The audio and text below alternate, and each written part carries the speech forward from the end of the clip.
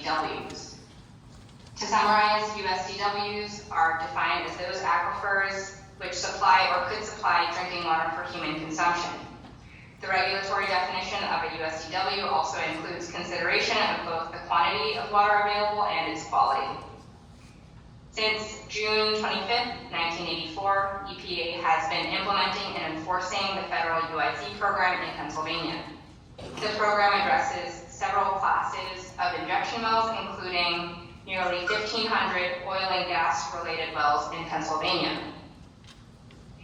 In Pennsylvania, any and all new injection wells constructed after June 1984 are required to apply for an EPA permit to ensure compliance with the construction and operational requirements to safeguard our groundwater resources.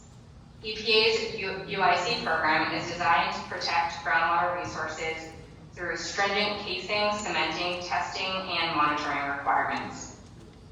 It is a program that seeks to address many of the concerns regarding contamination that you may have today. However, it should be noted, EPA does not have the authority under the UIC program. Sorry, I'll just sort of stop here to reiterate that everybody should remain muted at this time. As I was saying, it should be noted that EPA does not have the authority under the UIC program to address issues such as noise, air emissions, truck traffic, or siting issues that you may also have concerns about. These concerns are outside the federal UIC permitting process, and several of these issues may be addressed by state and local regulations. It should be also noted that Pennsylvania has a separate underground injection control permitting process, and the federal UIC permit contains a condition that requires the operator to meet all required local and state requirements. The purpose of the UIC permitting process for existing and new wells is to control and prevent any injected fluids from endangering underground sources of drinking water. All injection operations must comply with the construction, operation, monitoring, and reporting requirements specified in the UIC regulations.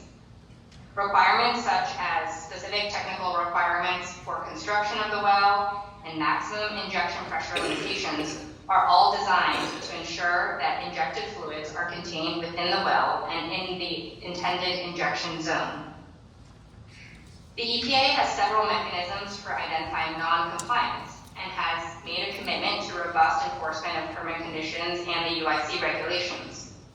EPA routinely inspects facilities across the state to assist in evaluating compliance.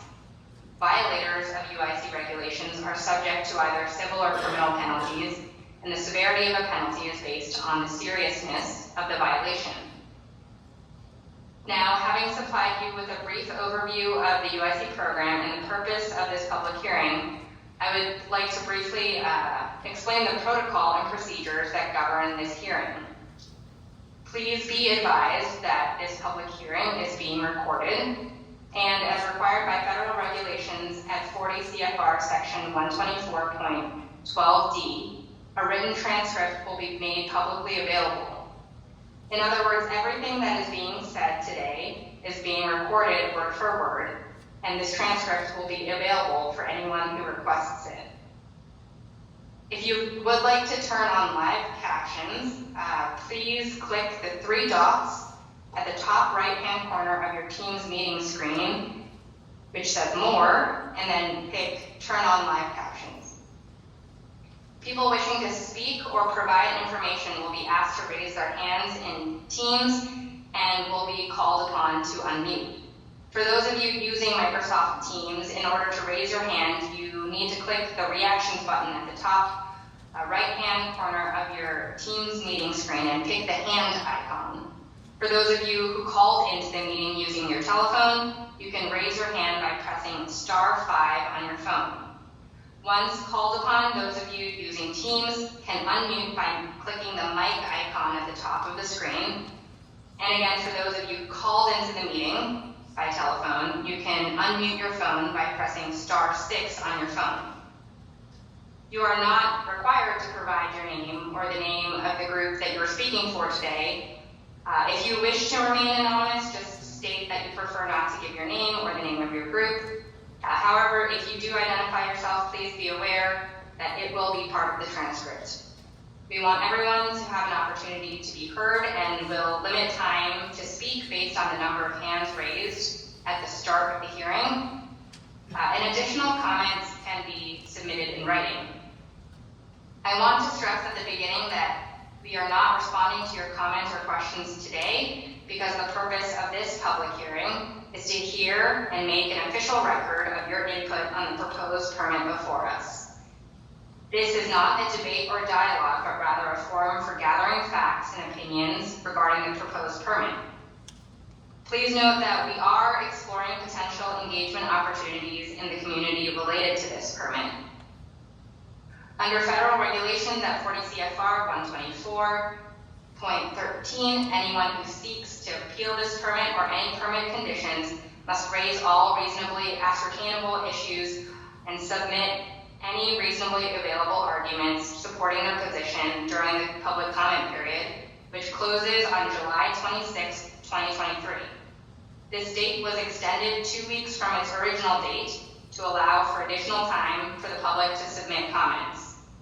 You can go to the website, https://www.epa.gov/public notices to find information on EPA public notices and how to submit a comment.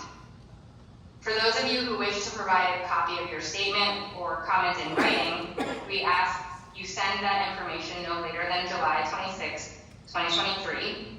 Please send your statement or comments to Kevin Rousey either by mail to US EPA Region 3, 4 Penn Center, 1600 John F. Kennedy Boulevard, Pennsylvania, zip code 19103, mail code 3WD22, or by email to r3_UIC_mailbox@epa.gov. That's again r3_UIC_mailbox@epa.gov. You can also contact Kevin Rousey by telephone at 215-814-5463. In addition, if you would like to receive a copy of the written transcript produced today of the hearing today, please also send your email or mailing address to Kevin Rousey so we can share the transcript with you directly. And with that, I would like to ask those wanting to speak to raise their hands, and I will begin to call on people.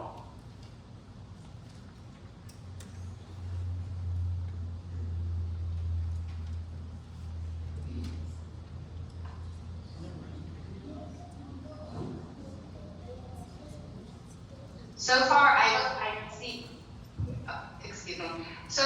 see 3 hands raised, but I think given the number of people in person under the name Mike Levis, and excuse me if I'm not pronouncing that correctly, I think we'll start with Michael Levis, and if anyone would like to speak, they can provide their testimony at this time. Good evening. Already announced my name. I want to go on record. My name is Michael Levis Sr., lifelong resident here in Nicholson Township. My address is 578 Woodside Old Bridge Road, Smithfield, PA. 15478. I'm in the. Sorry, Mr. Levis. If you could get closer to the mic, it's a little bit difficult to hear you. Okay, how's this? That's better. Okay, I'm within the half-mile area from the proposed injection well site. I've lived here all my life. And I'll state some reasons why I'm opposed to the Orville Higinbotham Class 2D SWD, which stands for Saltwater Disposal Injection Well, for the following reasons. First of all, let's talk about what they're putting in here. They call it brine. They call it salt water. This is how they're selling it. It's just salt water. All we're doing is putting it back where it comes from. It's just not salt water. There was a sample collected, and I'll refer up onto the screen, Mike, if you can bring up the Higinbotham application. And what was that, page 70 was the sample? is from Fairway Laboratories. This is all online. This isn't something that I'm just pulling out of my hat. Everybody can view this through the application process. Let's talk about some of the things we're in here. A sample was taken from a diversified well. Produced brine back in 2017. This sample was pulled from a truck, and this is what will be going into the ground underneath our homes. So, this plant, from what I spoke to Mr. Tron, and he did say the plant does pull out a lot of heavy metals. It measures for radioactivity, and if it hits above the acceptable range, which to me there's no acceptable range, then it's transferred to a different tank and then hauled off site. So just some of the different things that we have. We have bromide chloride, chemical oxygen. We have methylene blue active. We have nitrates, oil and grease. Okay, sorry.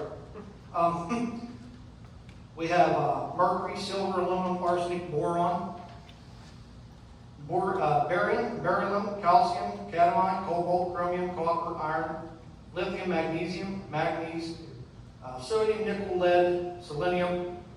These are just some of the hard metals that come out. And I'm getting to the real good stuff. This is stuff they tell you don't worry about. Radon-226, radon-228, thorium-232, thorium-230, and 228. Uranium-238, 235, and 234. Let's talk about one. I did a little bit of research, and hopefully if somebody else has any insight on this, let me know. Radium-226, the breakdown of it, can anybody guess the lifespan of an isotope of radium? Well, I'll finish that for you. 1,600 years is its half-lifespan. It can remain radioactive for another 1,000 years beyond that. Now, when it's surrounded by water, it's diluted. It's not as hot. But what happens when that water evaporates? Now you have a very hot radioactive layer of toxins that we do not want underneath the ground. Because you know why? You know what radium turns into? Radon. What do we test in our homes? Radon levels. So we have to be concerned about what's going in. Now, we talk about the amount of fluid. But let's get on to something really interesting. Let's talk about, Angela, could you take this one, please? Let's talk about the injectivity report. Was anybody aware that they did an injectivity test back in November? And that was, let me see here. I have that information with me.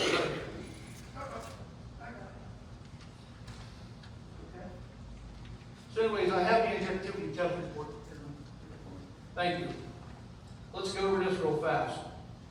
And this is why it's important that maybe we can talk to people that have more understanding of how these wells work and what these numbers mean. Because I don't. I can only tell you what I'm reading and it concerns me. So anyways, they did this test. Let me find the exact date here.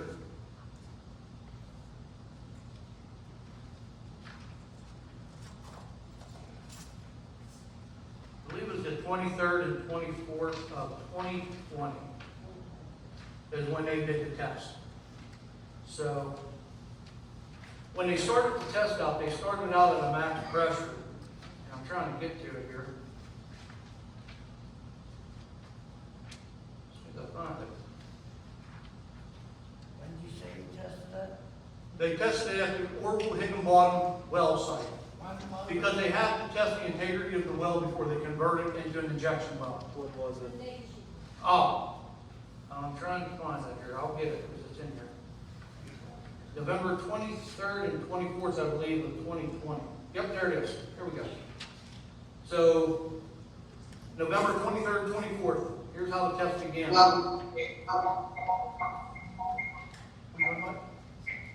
Okay, so anyways, what they're putting this brine into is what they call the Balltown Sandstone Formation. They're going to perforate it at 3,407 feet, and it stops at 3,417. 714 made, or 17 is 10 feet. I'm thinking 10 foot thick. So anyways, here we go. We start the test out.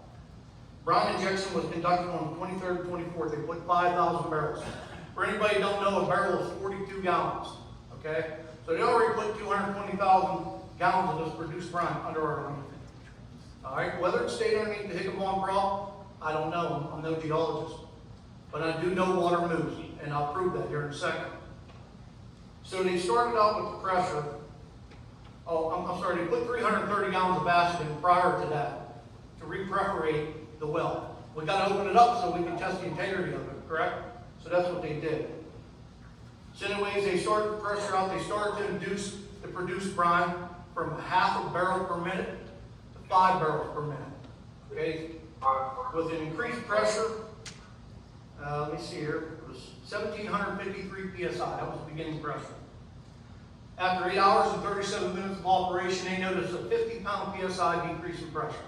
Don't sound like a lot, but they ceased operations for 40 minutes. This was because they didn't know if they just opened up something new or what happened. They don't know. So they erred on the side of caution. Now we lowered the pressure. We lowered the injectivity rate. So they lowered it down.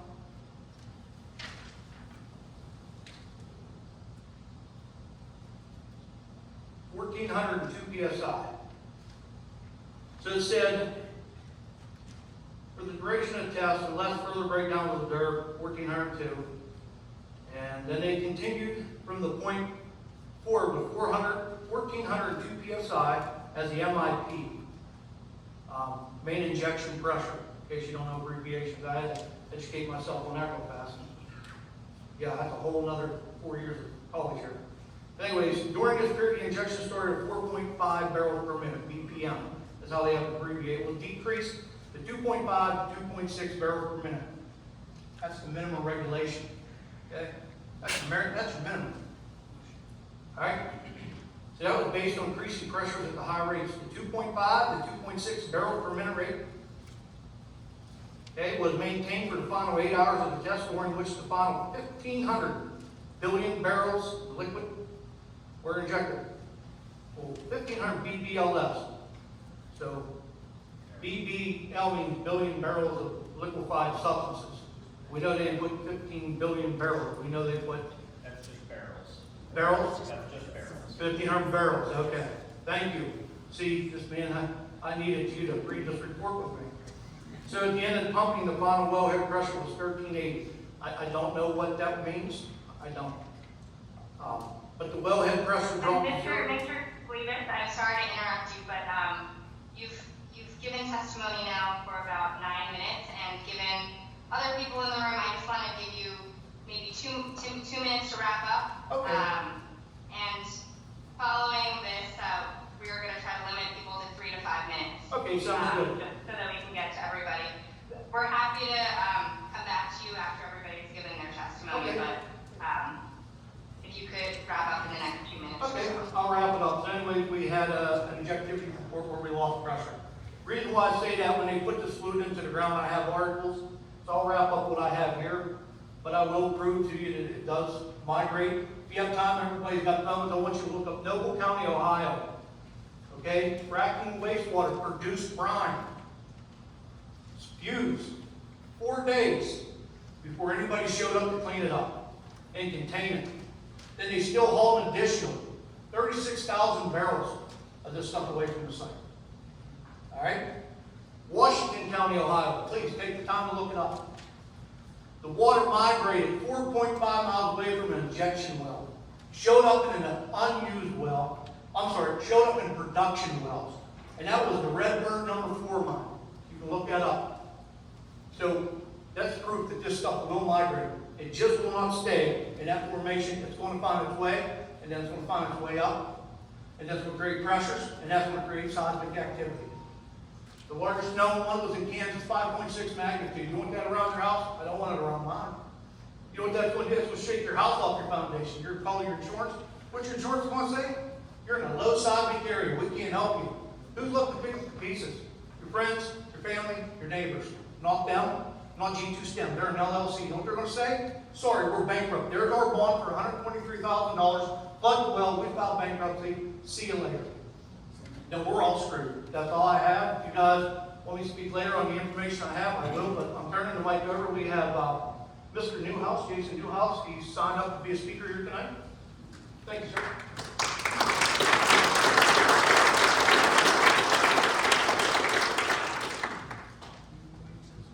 Mr. Newhouse, if you could just state your name for the record before you begin. Yeah, my name is Jason Newhouse, and I live at 156 Blue Rock Road, that's Smithfield. And I live there with my wife and my son, my 12-year-old son lives there as well. And on our property, as I'm looking at the map, first of all, I'd like to say that I oppose this, and but according to your maps right there, I have a well that's not listed on your maps. One well is, one well is not. I also have a water well, I have a cistern, I have a pond that my animals drink out of. I have 3 creeks that come through the property, and we don't want any injection well in the area. It's nothing but pollution. The traffic that's going to come is horrendous. Our roads are not ready for this. We don't live in an area where this is a good idea. I don't know who thought it was a good idea. Somebody, but not anybody here, I guarantee it. But I just want to voice my opinion, and I oppose it, and I'd like to yield my time to Catherine Barnhart. Thank you.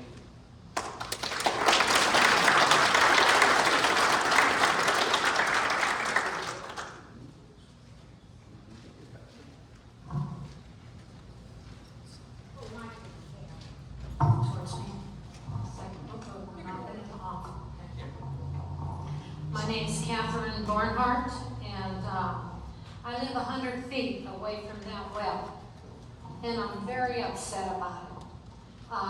I have 3 water sources at my house. I have a cistern and a well, and the city water. And lots of times the city water's pipes are broke, and so I have to use my well to drink and wash clothes and wash cars or whatever with that also. And I don't like that, they want to put this contaminated water and radioactive material in this well. And I'm so close to it, it will affect my well that I drink water from. And so I oppose it. And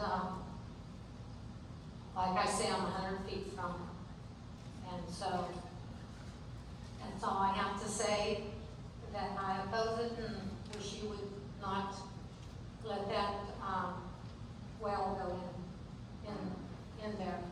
And next person is David Shannon.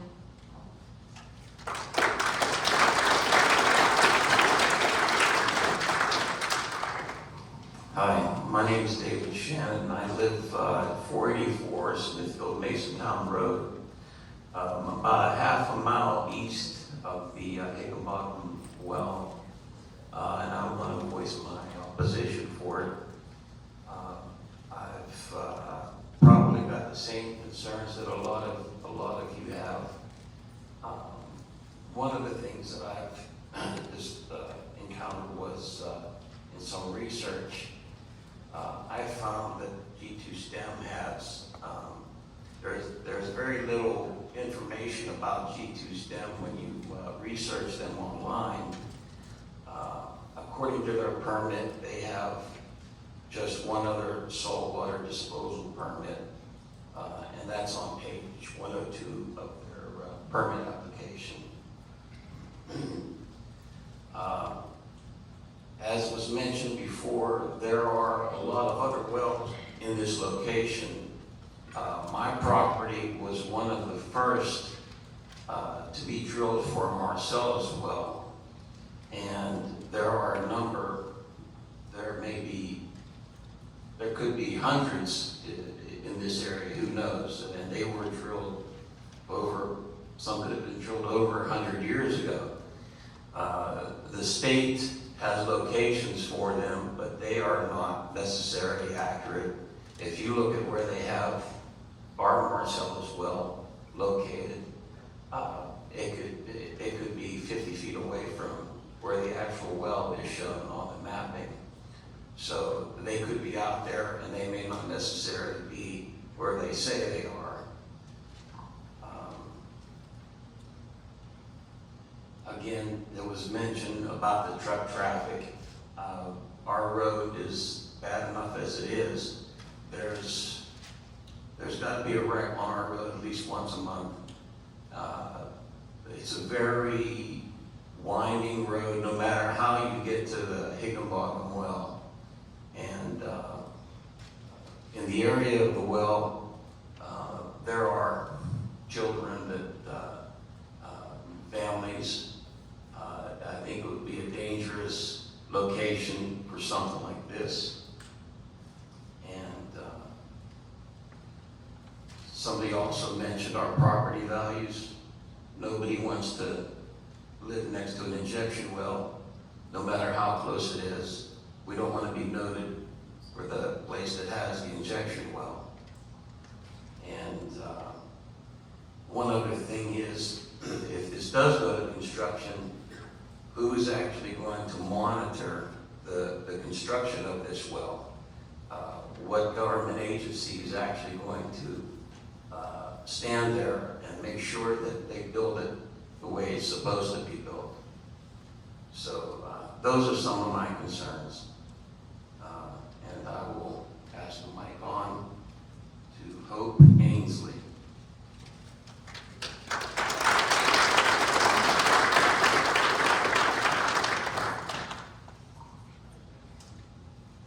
Just for the record, my name is Hope Ainsley, and I live out here on Old Frame Road. As I'm listening to you all, I don't live as close as some of you do to this process that they're trying to make happen. But I do have concerns as a resident and a homeowner and a family. I'm still trying to wrap my head around why this well. Out of all the wells, why this particular well? We're a small township. The well is still in close proximity to all the residents.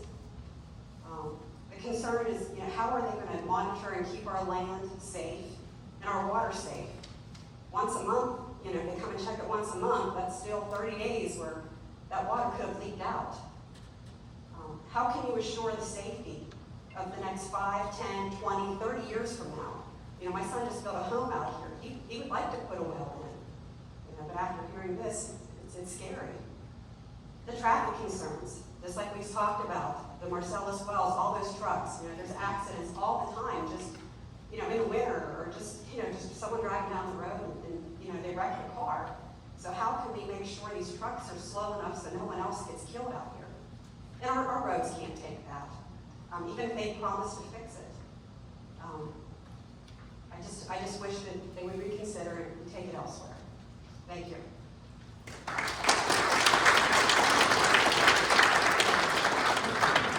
Next person is Mike Krupski.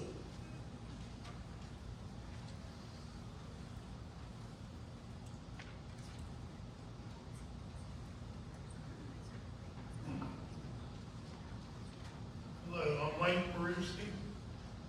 I have a farm out in Smithfield there. I'm out from the area of this location. We talked about water before. No one ever mentioned about some of the mines. You have sulfur water running out. When water goes down, it has to come up and go somewhere. So they do have to look this over and be more specific about what's going on there. And I'm running for township supervisor this fall, and somebody can see me around. And I'd like for you guys to see what we can do for the people. If the people decide what's good for this area, we don't need something bad like this. Thank you.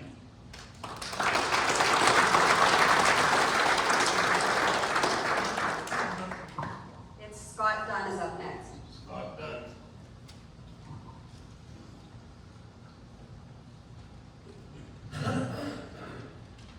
Hi, my name is Scott Dunn. I am Fayette County Commissioner. I do not live in the area. I live in Dunbar, Pennsylvania. For the record, I checked with our Planning and Zoning Department. Today, Fayette County was never notified by the EPA of the proposed permit for this injection well. I do not support this. Met with neighboring property owners, and I'm here to voice my opposition to this tonight. The potential toxicity of the injected fluids could harm humans, water sources, crops, cattle, creeks, fish, and wildlife. At other injection sites, as Mr. Galivas said, fluids have surfaced through neighboring abandoned wells, and we believe that there are abandoned wells not present and unidentified on the EPA mapping provided. The letter from the EPA says that they plan on putting this is here for the disposal of produced fluids associated with the oil and gas production. This is a big statement. We all know that these fluids can contain hazardous materials and radioactive materials. And I am told by people in the industry that 5 gallons of this material, if it's spilled on the surface, creates a hazardous materials incident with the DEP. Other concerns, what happens after the 10-year period? Who's responsible for cleanup after that period? Who's responsible for cleanup during this period? What kind of insurance could possibly pay for this cleanup, let alone assurance? You know, who can pay for insurance? This is not the type of business that we're trying to attract to Fayette County. There are way too many questions to justify this risk, and we urge the EPA not to issue the final permit. Thank you.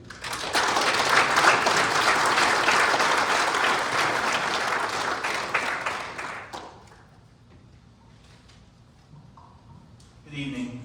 I'm Vince DeCides, the Fayette County Commissioner. I've been Commissioner for many years, and I've dealt with these types of issues over the years. I was also Waste Management Director for Fayette County for 6 years prior to that. And in between my terms as Commissioner, I was the Marcellus Shell representative for the Advanced Disposal Landfill. And my job was to get these modules done to accept the waste at the landfill, the sludge from the Marcellus Shell wells, and I got a good understanding of some of the stuff was in that sludge, and I'm sure that the same type of chemicals are in that brine, and it's not good. It was acceptable to bring it to a landfill because they're double lined and they have a treatment facility, but just to inject this into the ground with the type of chemicals I was familiar with, it's not good. It's not good for this community. It's not good for Fayette County. And I have many concerns about the injection well that's proposed here. If the well fails, how's it going to affect the surrounding property owners and the people of the township? Many don't have public water. Some do, some don't, but they rely on their wells, and if those wells get contaminated, we have a disaster.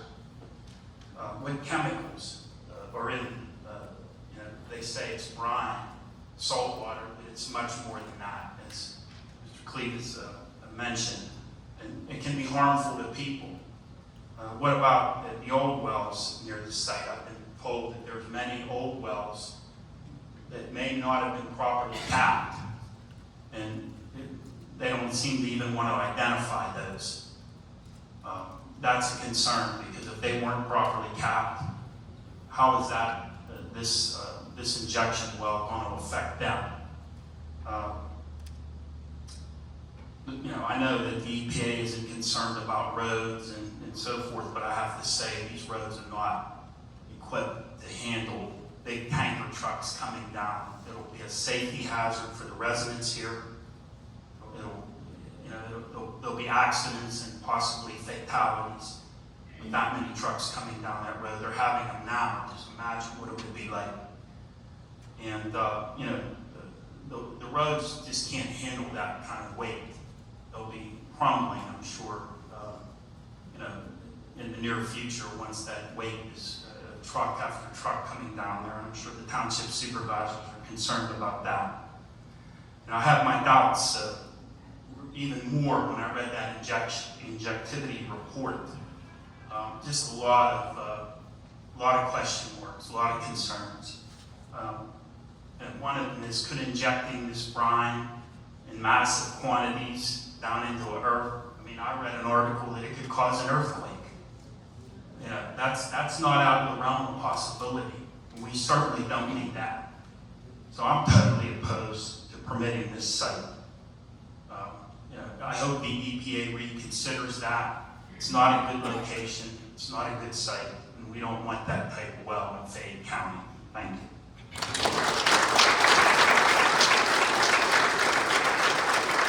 David Smith.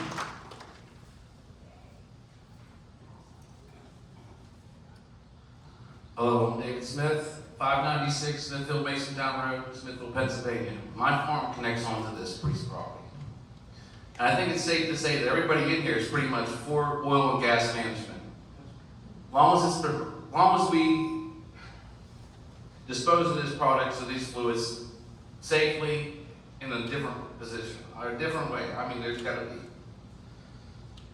Okay, as the grounds of the local area, we are 75%, if not greater, farmland and farmers.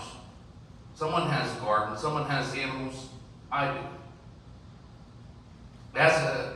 As a citizen that lives right beside of it, I want to know how are they going to protect my 3 wells that I have on my property, which is 2 deep wells, 1 shallow well, 2 springs that feed the pond that goes down to my neighbors. This aquifer also has much life in it. And it is a tributary to the Mon River. So it don't only affect us in this room. If it gets into the Mon River, it affects thousands of people.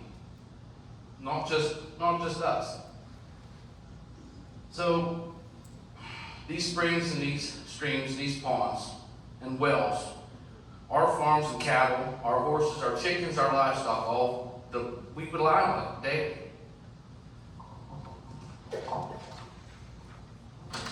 My concerns are, like I said, with my wells and integrity. What integrity of this sandstone? Where does this sandstone crop out? Because everything crops out. As working in the mine as an inspector, the coal crops out somewhere. The rock stops somewhere. Where does it crop out? Is it going to crop out underneath Joe's house 3 miles down the road? This fluid goes underground at 1100 psi, say. It hits the bottom at 1100. When it goes into that well and under that stone, it multiplies. So it could be under Bob Campbell's house at 30,000 psi and cause an eruption. We want to know why. Why there's no integrity in the test. When Mike talked about the integrity of the test, it dropped 50 pounds. Where did that fluid go? That test to me says it failed. It failed. The integrity of that test cannot be no good. It cannot be valid. The house across from me was owned by Sam Hill as a child. I was young when they put this well in. Now Daniel and Marsha Herdon lived there. Their water well was fractured at 90 feet, they assumed. Their water well, and they had to cap it, and they used the gas coming out of their water well to heat their house. So if it went from that gas well to somebody else's water well, who's to say my water well is not his, or his water well, or whose spring? This is totally toxic. You know, like I said, we're all farmers, and this is farm country, and this is not the place for it. You know, and I'm hoping the EPA hears our concerns and protects our farms and our waterways and all our water life. Because water is our life. I mean, I don't know what else to say except I am totally against it. And I don't understand why nobody came to me when my wells are less than 700 feet. My springs are less than 150 feet from where they're going to put these holding tanks. Nobody came out to test my water. Nobody came out to see me. I'm worried, and I think everybody should be worried. And I oppose it. Thank you.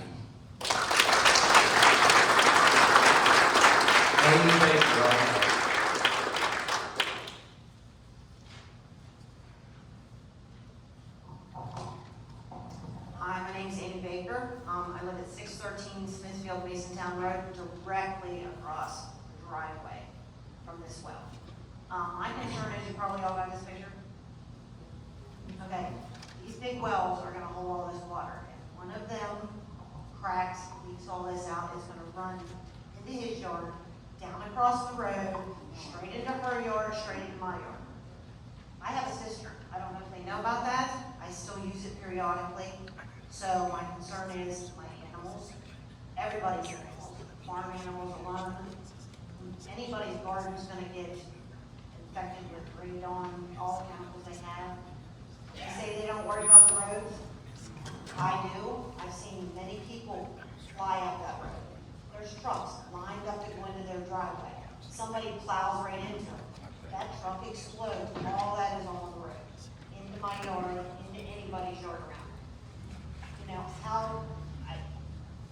I don't know how many trucks will be going up and down this road, but if it's lined up, turning into their driveway, the noise factor, the emissions, everything from any truck on that road. My kids are all grown now, so I don't have kids running around on the road, but there are people that do. Okay, sorry.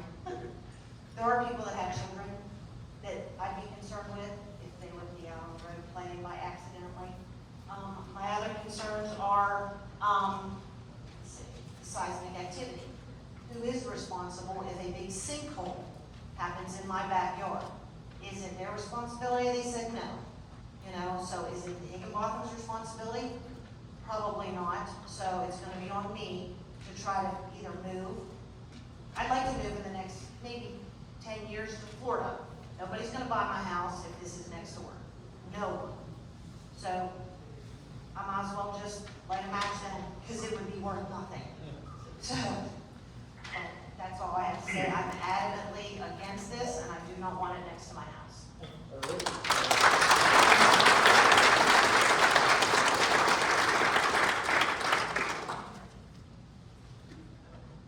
Betty C. Moldovan.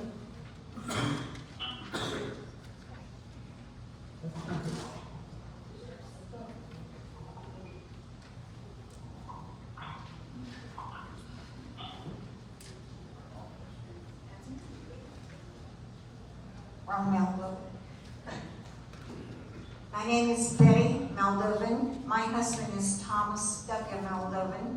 I have his power of attorney. He could not be here today because he has overwhelming health problems already. My daughter is here with us, Jaretta Moldovan. We live at 633 Smithfield Masontown Road, directly after Kathy Barnhart's house. We are directly below where this well will be. It's a downhill slant, and already when it rains a lot, we have a spring coming up in the middle of my backyard. My dog is out there.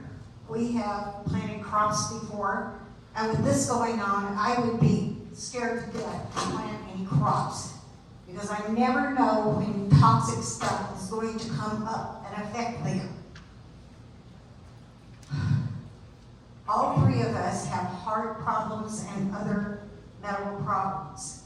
I don't need stuff like this making it worse.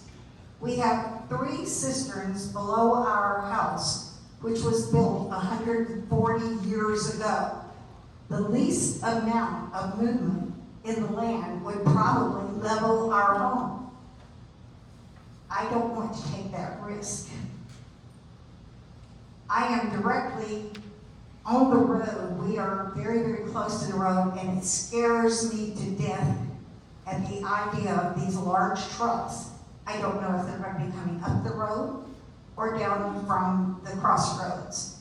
But either way it goes, our roads are way too narrow, and the sides are already crumbling.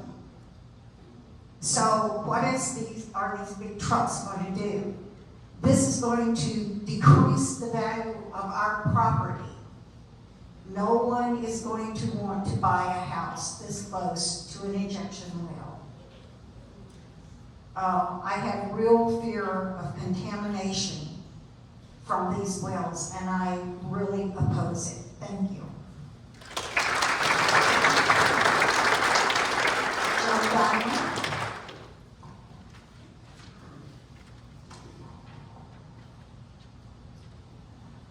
My name is Joan Diamond. I live at 735 Woodside Old Frame Road. Our property, we have about 30 acres located on page 12 of the G2 STEM Higinbotham permit application.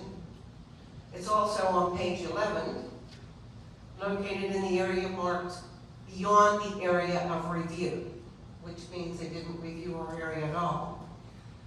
We live about 1.5 miles from the proposed site if you drive it. It's about 1 mile as a crow flies. On our property, we have a farm pond. We used to be dairy farmers, but not at this property, at another one. But we do have a farm pond, which contains fish, ducks, other wildlife, deer come in, all other game come around. We have rabbits, the usual things. But the most important thing is right next door, we have my son, and we have our grandchildren living. They play in that water, they fish in that pond. God forbid, sometimes they jump in the pond and swim. That's the kind of grandkids I have. We have 19 grandchildren and great-grandchildren. They love to come to Grandma and Grandpa's. We wanted to be safe for them to come. We have a spring on the property also. We drank the water from that spring for 15 years until the city water came in, and we felt obligated to sign for the city water. But we still feel that spring water is safe. We have goldfish in a little pond next to it. Those are the things that concern me. How are we going to keep that safe? Another thing that concerns me is, like everyone else here has said, our roads cannot handle the traffic. But putting that aside, our roads can't handle, God forbid, what if what happened in Palestine happened here? What if one of those big trucks wrecked, crashed, drained on one of our properties, contaminated everything? It's not going to contaminate just that property. It's going to contaminate everybody in the area. We're all in this together. And we need to stand like we're standing here tonight and say we oppose this permit. We oppose this well being put on our property. That's about all I can say. If I have time left, I'd reiterate it to Mr. Glebus to speak again, or David. They've said what we all feel and what we all think. So I have nothing more to say.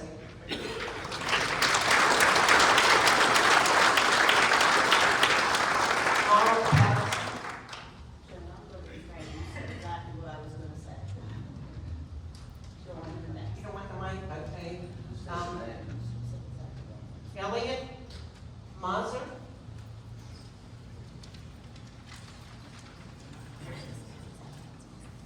Thank you. Hi, my name is Elliot Mazer. My wife and I purchased property at 379 Woodside Old Frame Road. That's a quarter mile south down Woodside Old Frame from Smithfield Masontown Road from the Diamond family. So I want to go through the permit application just a little bit here.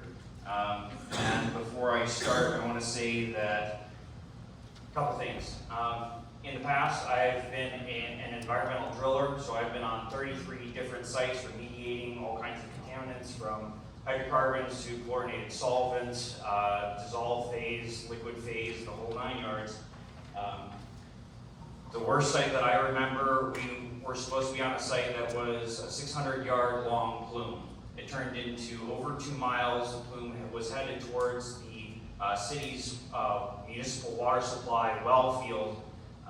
And on top of that, the hottest boring that we drilled was right next to a residential well where 2 people in that household had passed away from a specific type of cancer that was caused by that contaminant type. So these are not things to play around with. The ASTM standard for phase 1 environmental site assessments ranges from a half a mile to a mile. A quarter mile radius around the proposed well site is absolutely inadequate. When the PA GWIS, which is the Groundwater Information System database, was searched by myself, as well as the PA Geo database, it revealed that there was 1 residential water well within a 2 mile radius. Now I know that is not correct just based on the testimony here. So it says that both the Pennsylvania's investigation, the DEP's investigation, or any information that they provide to the EPA, that's inconclusive, as is the EPA's investigation.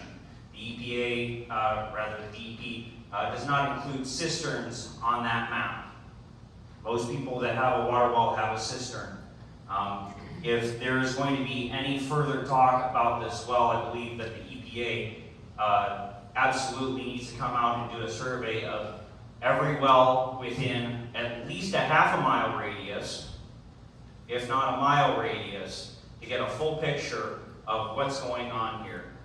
In addition to being a driller, I write environmental due diligence reports. I put out 2 this past week. One of them was over 1,000 pages for a corridor in Altoona, as well as another project that's in Greensburg. A lot of the permit is, at least the truncated version that I have, inadequate. Page 5 of the 15 that I have, EPA will deny claims of confidentiality for the following information. This is to render information, says information which deals with the existence, absence, or level of contaminants in drinking water, but it does not specify when they have to notify residents of any potential contamination.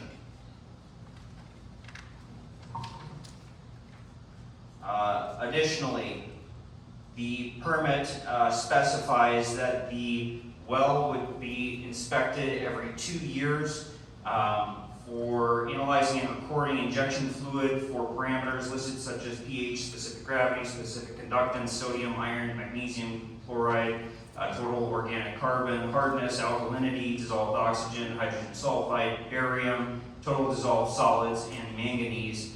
This doesn't take into account any volatile organic compounds or semi-volatile organic compounds which come from the decomposition of any of the hydrocarbons, the residuals from the fracking fluid in any kind of neighboring wells. There's no talk of potential sampling for residential wells that are nearby to the site to provide a secondary line of evidence to show that contamination is not occurring in residential wells near the site.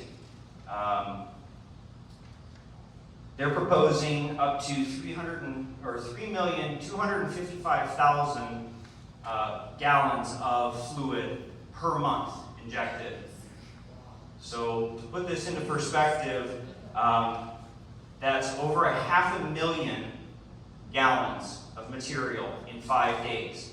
5 days is what is set for the response time that is required in order to be compliant if there is any kind of problem with the well.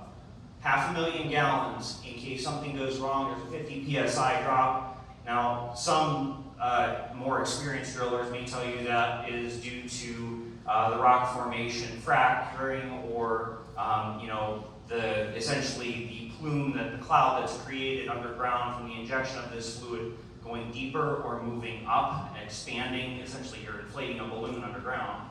So growing that balloon and breaking up rock, and as that rock breaks, it would cause a drop in pressure because all of a sudden there's more space for that fluid to go into.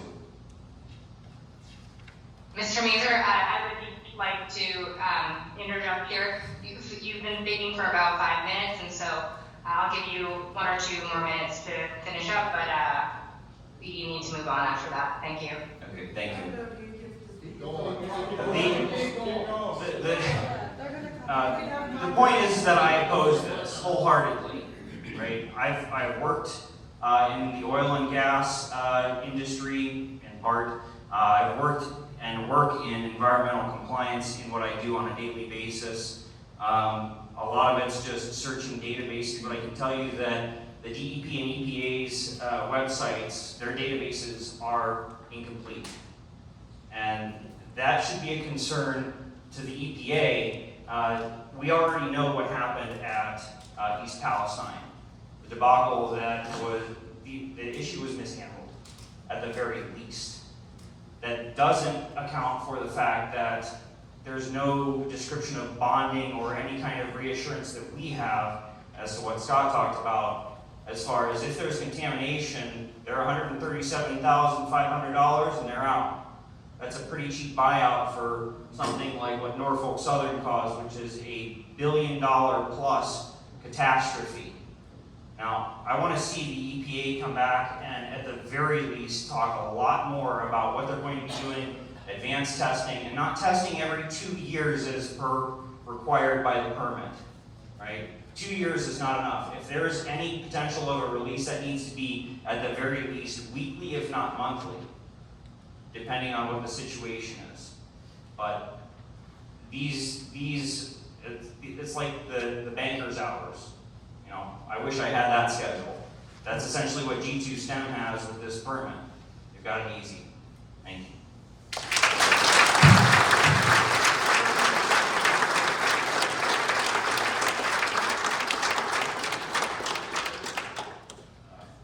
Next up is Karen Trump. You can go before me, I'll just go after you. This well is right on top. Everyone, before we move on, I'd just like to let everyone know that due to time constraints, we're giving everybody about 3 to 5 minutes. But if there's additional time at the end, we can circle back to those who would like to continue their comments.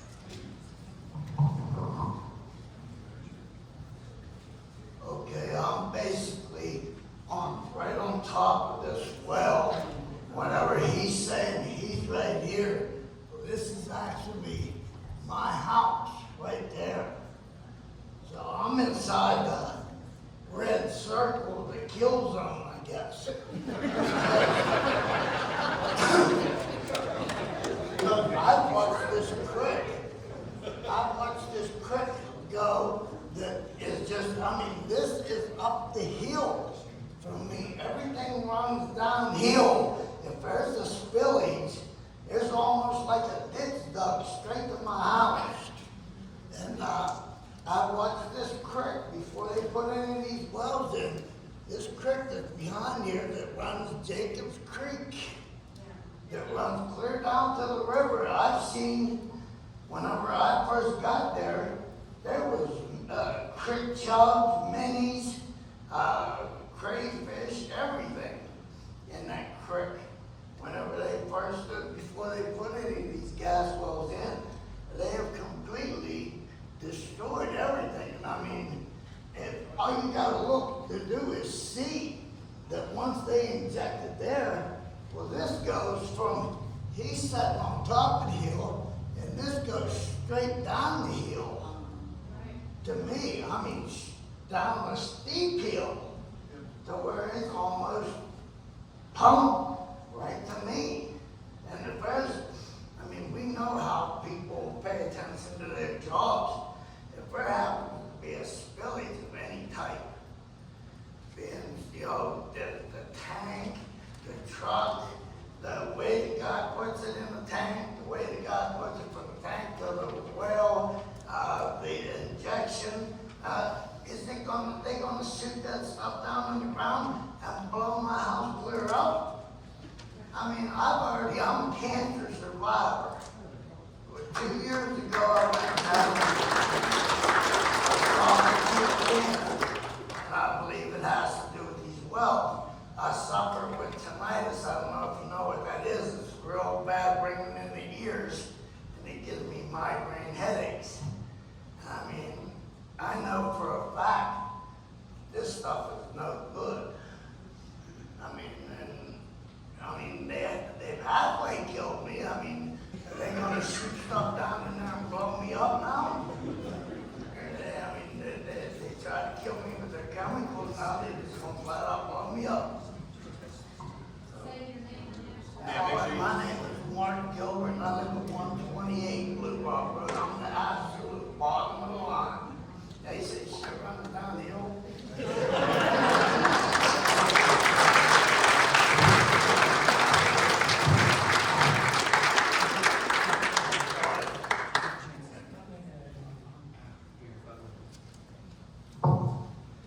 So my name is Karen Trump, and I live about a stone's throw away from Pitney Branch Road. My first commentary is for the EPA, and I would like to say that we all want to know, where is the equality impact statement for rural America? Are you sending radioactive wastewater to urban cities, which do have wells, by the way, at the same equality as you are to rural America? Because at this moment, I am boiling and I am furious. I am tired of industry feeling like they can just take advantage of the poorer folks that don't have the financial resources because we don't have the big employers that, can stand up and fight for you. So number one, are you really doing your due diligence to make sure that we aren't just being used and abused?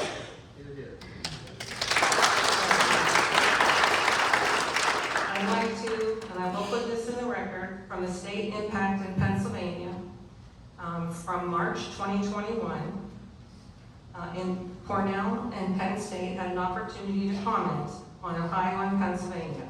In part to avoid migration, injection well operators in Ohio and Pennsylvania are required to identify and plug, if possible, abandoned wells up to half-a-mile radius. Although 2 recent cases, which were mentioned here, travel much further. If we look at the brine migration in Ohio, according to the Ohio DNR, more than 1.5 million gallons of wastewater were collected, but not before enough spewed into a nearby creek, killing fish and salamanders. State records indicate that brine spray wastewater from a nearby injection well was the cause. The injection well and the unused well were drilled to the same underground rock level of 6,000 feet. So they say, oh, we're going below the 150 feet. That can't do anything. Well, that brine water flowed along that sandstone 2.54 miles and then back up. What did it have to go through when it came back up? The freshwater table, right? So there was also a nearby well 4 miles away. Same thing happened. When they looked at a sample of 35 injection wells in Ohio, they found many were drilled to the same sandstone layer. What happened to the abandoned oil and gas wells, which I have quite a few that don't show up on any maps, right, that never were plugged? Back up through. So when they looked at one more, and I know we only have a certain amount of time, migration incident in 2019 in Washington, which I think is the one that was mentioned, they concluded that brine from an injection well drilled into that shell migrated into an adjacent layer of sandstone up to 5 miles away, contaminating gas wells. So if you also have gas wells, don't think that those can't be contaminated. I guess my biggest point then is to say that I feel like we're being used, and I'm really angry. It's disgusting for these companies, and all these companies to just keep coming to rural America. And I pray that EPA, you take a stand. You have radioactive water. Start something different. You need a lot of water going to nuclear plants. Maybe you could start something else that, helps to cool and take this radioactive, but, as others have mentioned, one spill in the ground, one truck that falls over, it is radioactive contamination. So thanks for the opportunity to speak.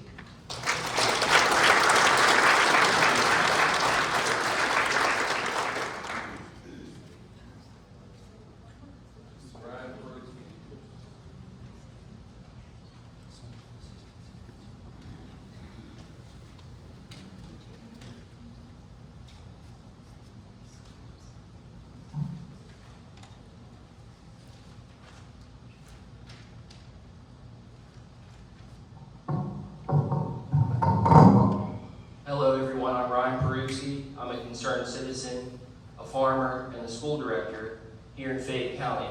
And to my fellow citizens, I want it to be very clear that my family and I are not against the development of our natural resources. To the EPA, though, I would like to voice my concern and opposition for this injection well. I'm against putting the people of Nicholson Township and our farmland and our future generations in danger. I'm opposed to this injection well. No other county in PA has one of these units. Brine is a loose term people in the gas industry refer to it as a flow bag. It's full of toxic chemicals and friction reducers used in the fracking. In PA Code 25, Section 78.66b, the Environmental Protection Act, if more than 5 gallons is spilled on the ground, and to the EPA, this is our Pennsylvania Department of Environmental Protection, that ground has to be remediated and hauled off the property. to a landfill that's double lined. And you want to pass a permit that will put the residents, families, and property values in danger in Nicholson Township.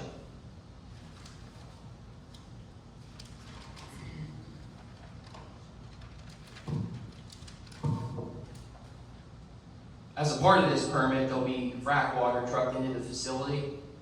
During my tenure on the school board, there have been more bus accidents on that horseshoe turn in Smithfield-Masontown Road than any other location in the school district. It's a hazardous stretch of highway, and it's the main artery between two of our area's largest economies, Masontown and German, and Smithfield and Fairchance. It's a heavily traveled road. This permit seems like it's a Cinderella story without any of the legwork put into it. I'd also like the EPA to know that as a trustee for the Penn State Extension Council, Pennsylvania has more freshwater wells that the people will rely on for drinking water, second to one other state, and that's Alaska. So maybe you should look at Penn State's research before issuing this permit.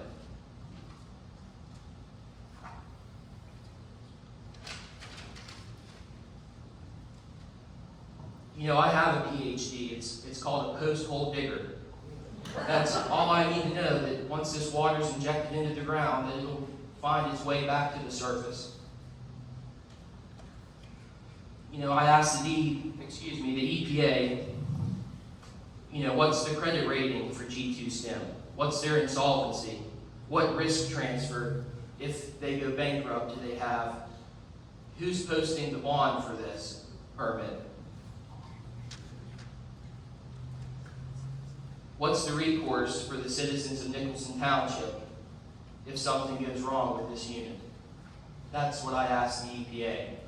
I'd also ask that the EPA look into the reports from the Culpeper County, Virginia District Attorney's Office, where Frederick Gumbriner, the CEO and owner of G2 STEM, has just been indicted on 8 counts of federal programs bribery.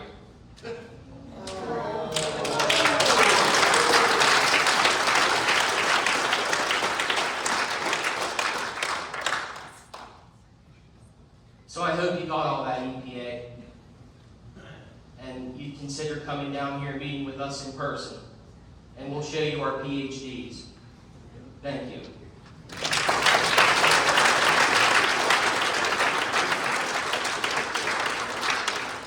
Jim or Rabbits is next.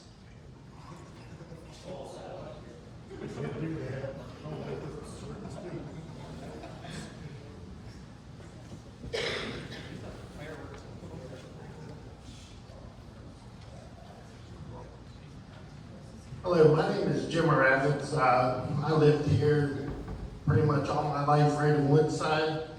I got family that's less than a half a mile from where this injection site's going to be, and I live a mile down the road, which is 206 Church Street Extension. I just want my kids to be able to have the same opportunities as I did growing up, not worrying about what they're going to be exposed to while they're playing outdoors, and I oppose this injection site. Thank you.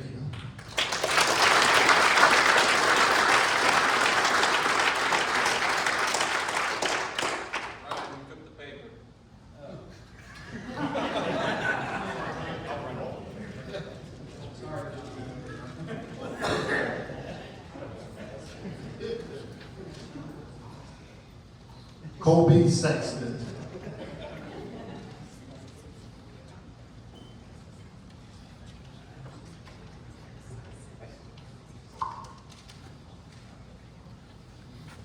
Hello everyone, I'm Colby Sexton. I live at 310 Country Road in Smithfield, PA. Just like everybody else has spoken, you know, with the concerns of the roadways, the health issues that is going to come from this injection well.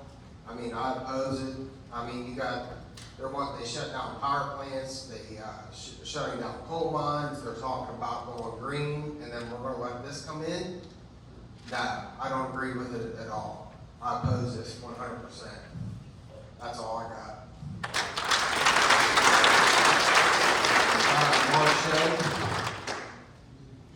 Shaw.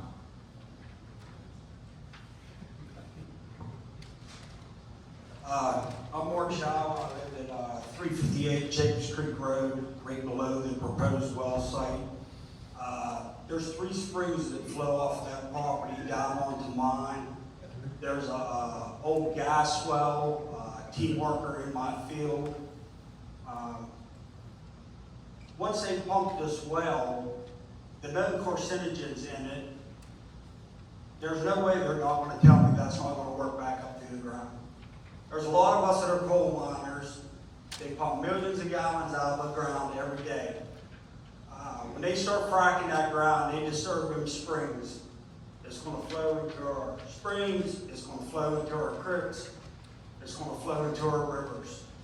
It's going to be in not only our community, it's going to be in our surrounding communities. It's going to be in your water. You're going to drink it. You're going to bathe in it. And they're not going to tell me that the seismic activity, the carcinogens, is not going to affect us. It's going to come back out. Besides the seismic activity, I'm building a house.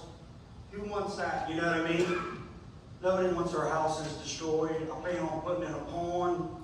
That water will be gone. I just hope we all stick together and stop this now. Thank you.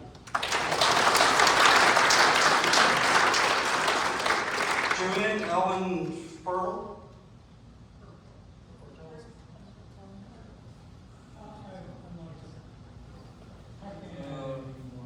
Renee Rosie.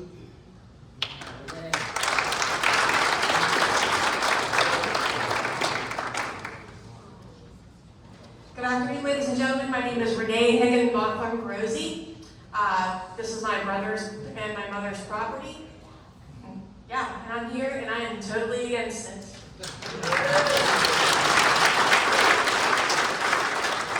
After some research conducted, it's real easy to Google things. There's only one well like this in our immediate area. It's about an hour and a half away in Plum, PA, which is northeast of Pittsburgh, right above Pleasant Hills. There is one functional well there, and there's one under permitting. The second one, that permit is being contested because of current water contaminants and off-gassing issues with that current well. As stated by Mr. Glebus, please take into consideration those issues of Noble County and Washington County, Ohio. We've already got one in our area. Again, it's just northeast of Pittsburgh, and they're already having problems with it. I want to also state, as did Mr. Newhouse, that the current map is not correct, and there are many old and non-functional wells that are not in that map, including one on my own property. As some of these miners and retired miners have stated, water flows in the least restrictive area. It's going to come up somewhere.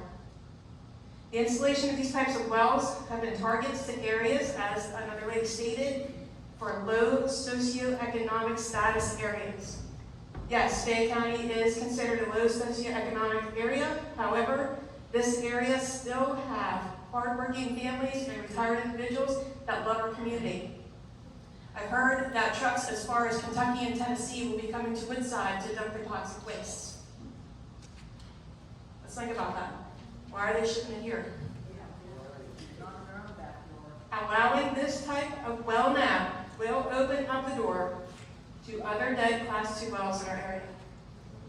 How about we recycle it if we have to have it, or find somewhere else to dump it? We don't need it 100 yards away from our neighbors. Thank you.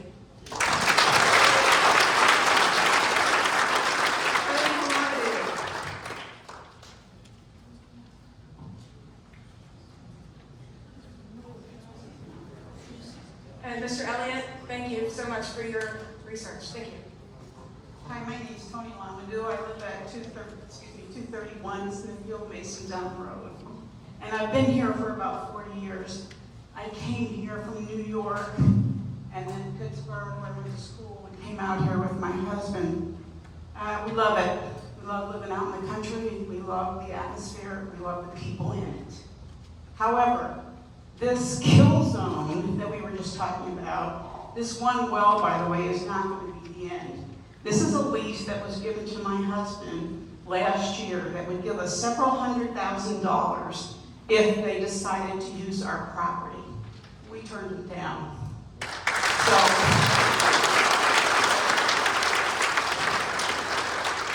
But the deal is, and that's all I'm going to tell you, ditto everything everybody else said. There's going to be more permits, more leases like this. You're going to be asked to sign to put more, shit in this part of the country. Sorry.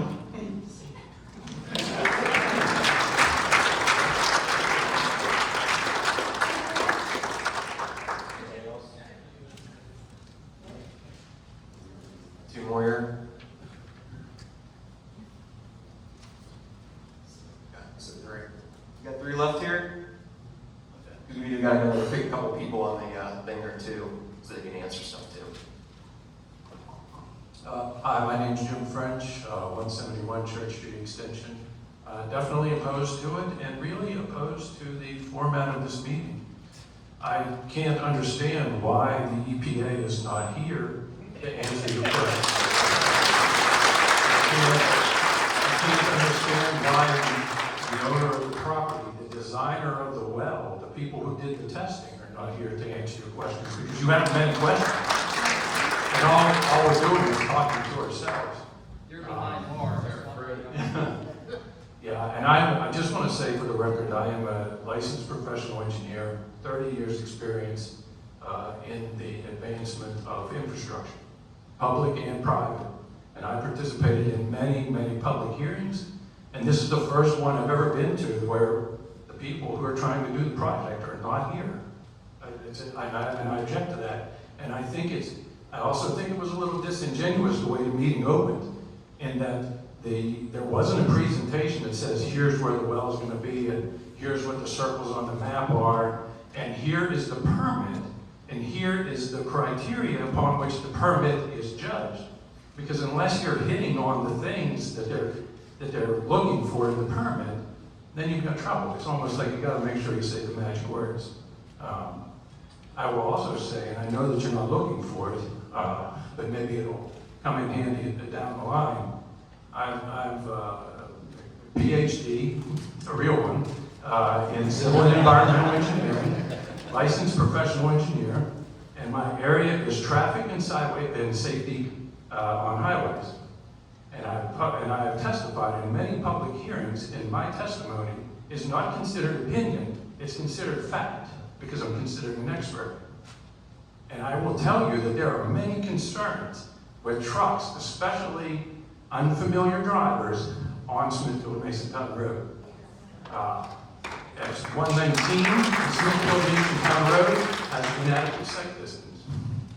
The intersection at the bottom of the hill with High House Road has many concerns, and that intersection is used by the high schoolers to get back and forth. And then, there's other intersections that also have inadequate sight distance. So those are facts. And I guess with that, I'll conclude.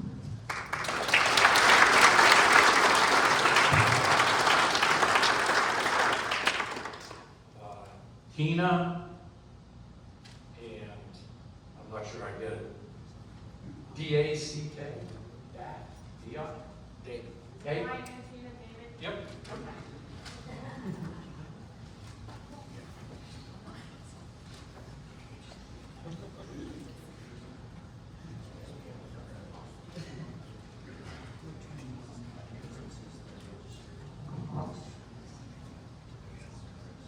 Good evening, everyone. I am Tina, and this is my husband, Brian David. We live in Smithfield.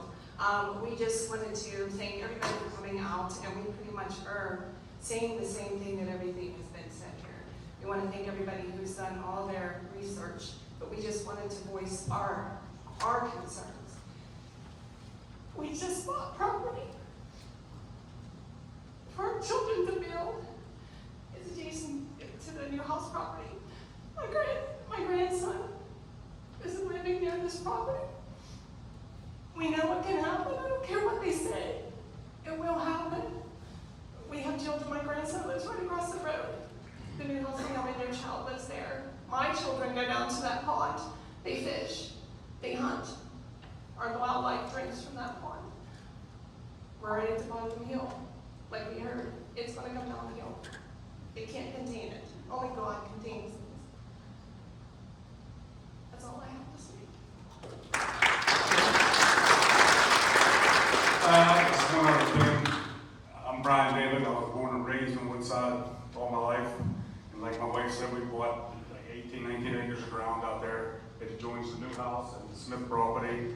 It's probably one of the lower parts of the two grounds where the stuff that ran off it would run to.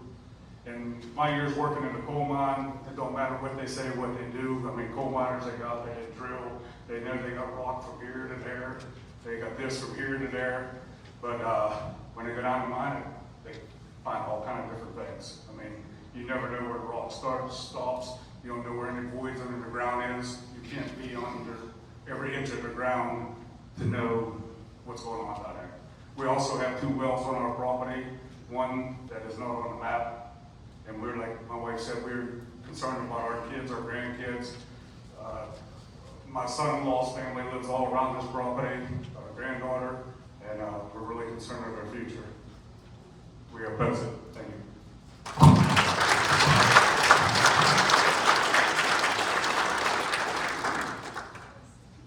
Alex Kerr.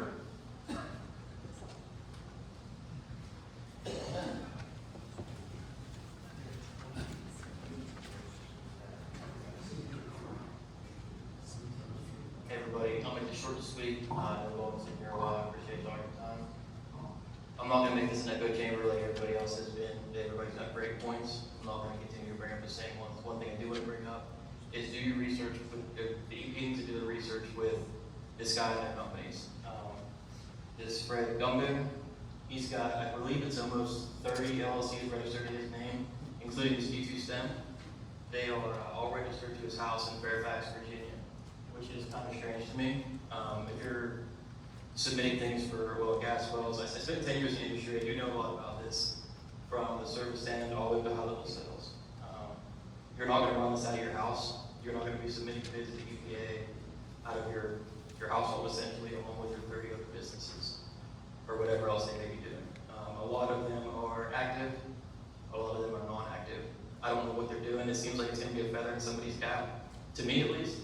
It's going to be a good scapegoat for somebody with a G2 STEM or something like this, so you can close this business down, go to another place. So I do oppose this. I currently bought some land behind gyms. We're going to be doing a new build there, and even with 10 years of oil and gas, I don't want anything to do with this. I know you guys don't, so I'll leave you guys with that. Thank you for your time.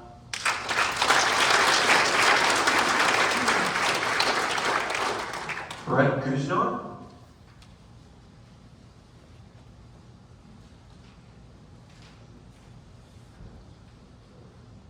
Hello, everybody. I own the property at 642 Masontown, Smithfield Road, which is, I'm pretty sure, the largest property near the kill zone. So I'm right directly to the left of the yellow up on the screen. I have a background in geology, so I went to school for it. I can't beat out any points that some of you guys made, but I will tell you that everything that was said is true. Water and everything else that's put under pressure underground is going to come up. And there's many, I have a well on my property, drinking water well that nobody knows about, it's not listed on any map. It's ran since my family owned property in, I think, the early 1900s. So it's going to cause problems. We get no good out of this, so I oppose it. All my family does. So I just hope that the EPA really looks into all this stuff. I'm no expert on this, but many of you guys had awesome points, and I just hope that they continue to see that and understand that they're in the wrong and need to change that. Thank you.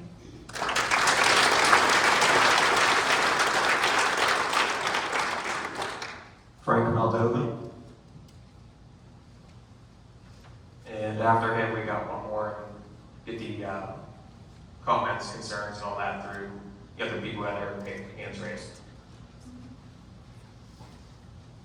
My name is Frank Moldova, 611 Smithfield Masontown Road. First off, I want to let you know that if we don't get this well stopped this time, we'll be fighting again, because start of many. This is something that happened about a mile down the road. Not too many people know about it. But it was when he was drilling a well. The well unloaded water, miscellaneous debris onto high tension lines owned by Allegheny Power, causing complete power shutdown of lines and rerouting of power through alternative lines. Atlas active drilling in the area. Well needs to be plugged on an emergency basis to prevent reoccurrence and damage to power lines 50 feet away. Well known to property owner for Atlas drilling at time of discharge.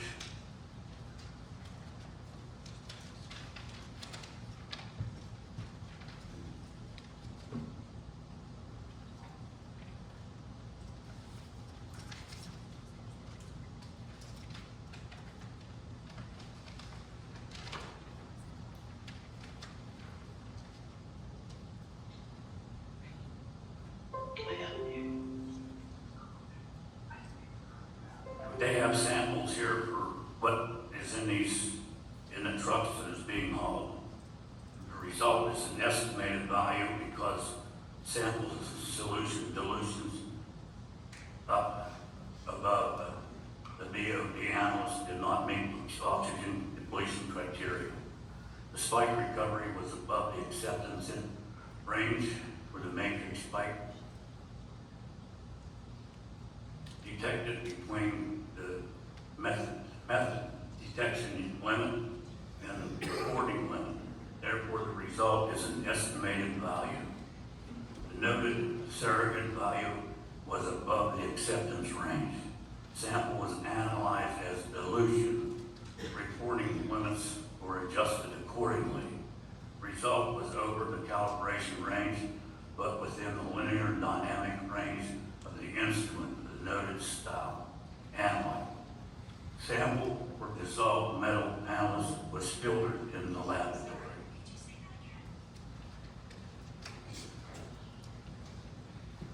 Contingency plans to respond to well failures. Facility is fully automated. The facility will utilize pressure transmitters as well as pressure switchboards, serving as abundant redundant safety system.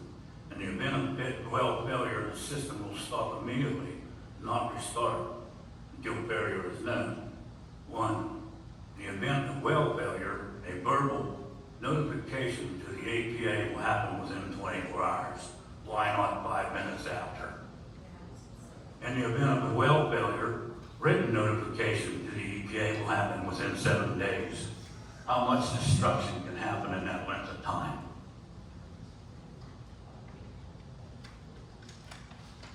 I could go on and on, but that's about all I got to say. Thank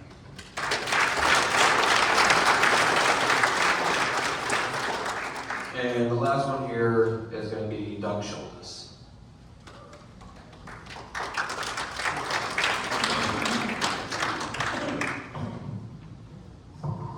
Good evening, everyone. My name is Douglas Schultes. I'm here in a dual capacity. First off, as many of you may know, that I am solicitor for the Township of Nicholson, and I can assure you that the Township supervisors are against this well.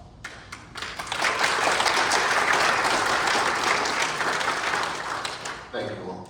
I'd like to reiterate some of the points already stated. For behalf of the EPA, the Township of Nicholson is the municipal subdivision in which this well is located. I would raise the issues again already stated so well by previous speakers. One, the safety issue based upon what is put inside the well.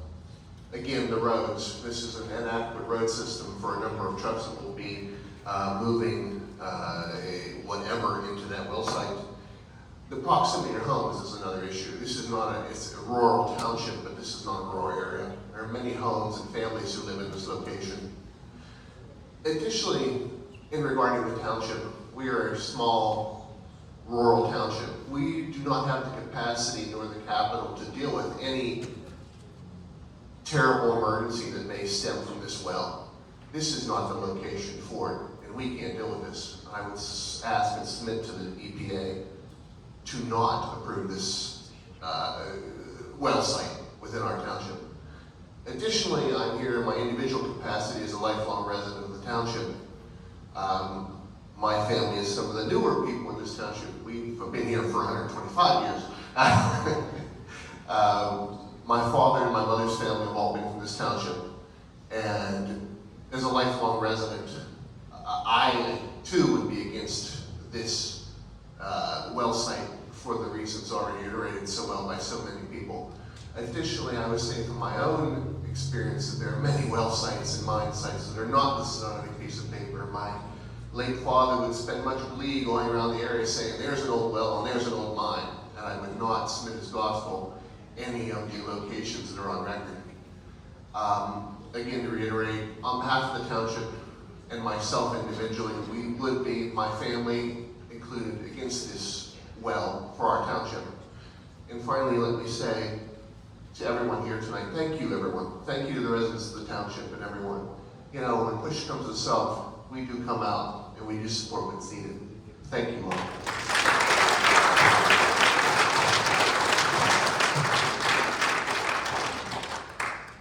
And that is all here on our end. If you wanted to move on to the people in the meeting. Thank you. Thanks very much. It looks like we have 7 individuals who have either called in, and now it looks like 8 individuals who have called in or have logged in through Microsoft Teams. And we're going to need to be pretty strict about the time limit here. So we'll start with the number ending in 9398. Please go ahead and provide your testimony.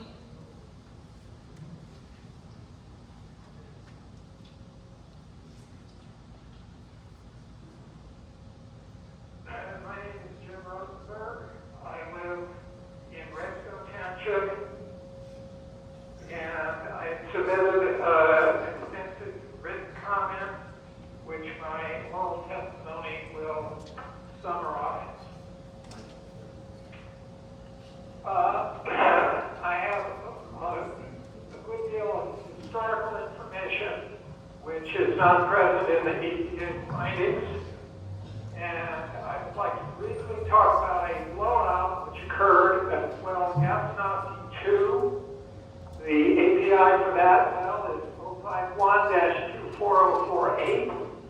It is located approximately 1,833 feet from the Orville Higinbotham Road. According to the completion report for that well, the well blew out at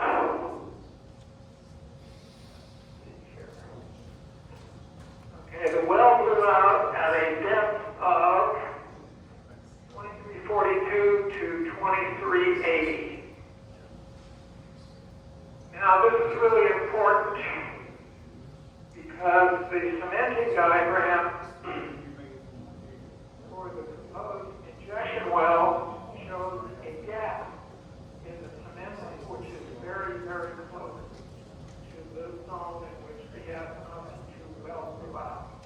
I suspect, but haven't had a chance to verify, that the speaker who spoke about blowout was talking about.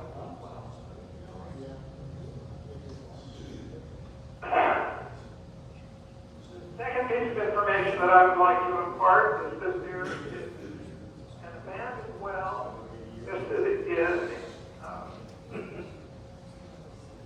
DEP database, which is within the AR, that is, it's within the quarter mile. And this well, in addition to the pressure drop, shows that DEP has done a grossly inadequate job of surveying. If the citizen can find this public database, then GTM should do this to it.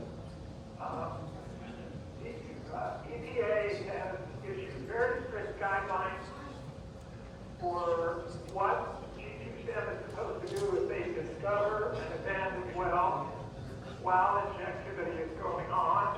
We've heard several reports this evening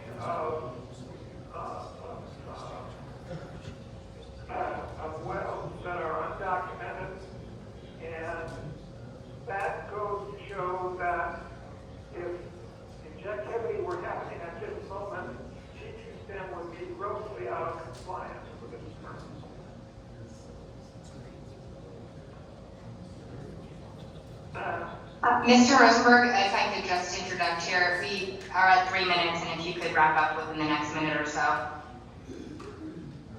Well, there are several other points, so I would just like to say that Orville Higinbotham 1 is located in a DEP environmental justice area, and EPA has not shared with us the environmental justice review that they supposedly did. The chemical composition of testing is completely unrelated to scientific information concerning the nature of produced water. And it was testified the well is extremely close to houses, and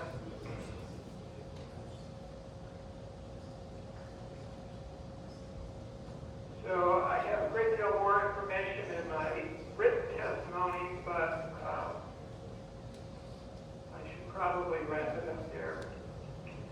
I would personally like to thank the people that have spoken here today, and I would especially like to thank the commissioners who testified.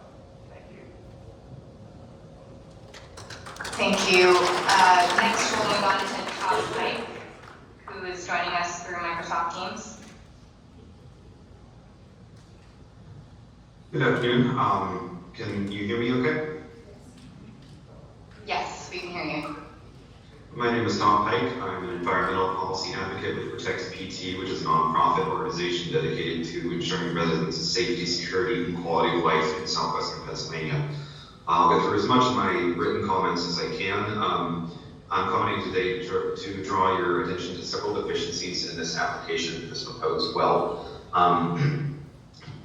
Firstly, on page 12 of the draft permit, it says that the permittee will inject through the injection well only into a formation which is separated by a confining zone and is free of unknown and open faults or fractures. So one potential problem with this proposed well is the presence of 3 early 20th century coal mines which undermine this region: the Lacroni No. 1, the Lacroni Ronco, and the Crawford Coal and Coke Company mines.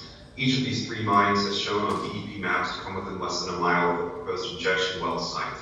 And that's the extent to which we can rely on cartography from the early 20th century, and supposing that it hasn't changed since then due to hydrology and it has been a century. Of these 3 mines, the Lacroni Ronco mine should give us the most pause. That mine runs under a broad swath of Fayette County and then undermines the Monongahela River.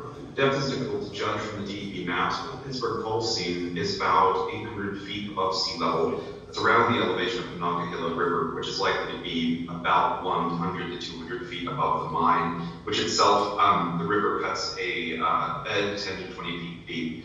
These systems do not operate in isolation. They are interconnected. We can show this from data from the application. The injectivity tests supplied by G2 STEM as part of their application showed a pressure drop. That means the site is subject to fluid migration and is unsuited to an injection well. The 1/4 mile AOR is also inadequate as a measuring stick. According to an EPA memo from November 5th, 2004, concerns were raised about using that instead of using an arbitrary 1/4 mile AOR as opposed to calculating a zone of endangered influence specific to this region and its unique hydrogeology. So one possible avenue for the contamination of the Monongahela is an abandoned coal bed methane well known as Descenso Track 13, which is located half a mile from the proposed Higinbotham injection well. In 1998, it was found to be in violation of code. Specifically, they hadn't implemented an ENS plan and then failed to stabilize the site.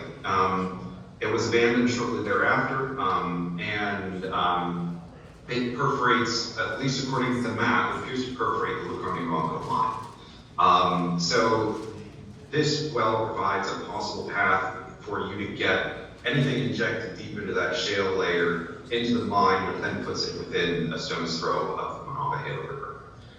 Additionally, Jacobs Creek, a Monongahela River tributary, lies within the edge of the AOR, and there are at least 2 water wells in close proximity to the site. That's just mapped. We've heard from more residents tonight that said they have wells that are even closer than these ones that we found on the map online.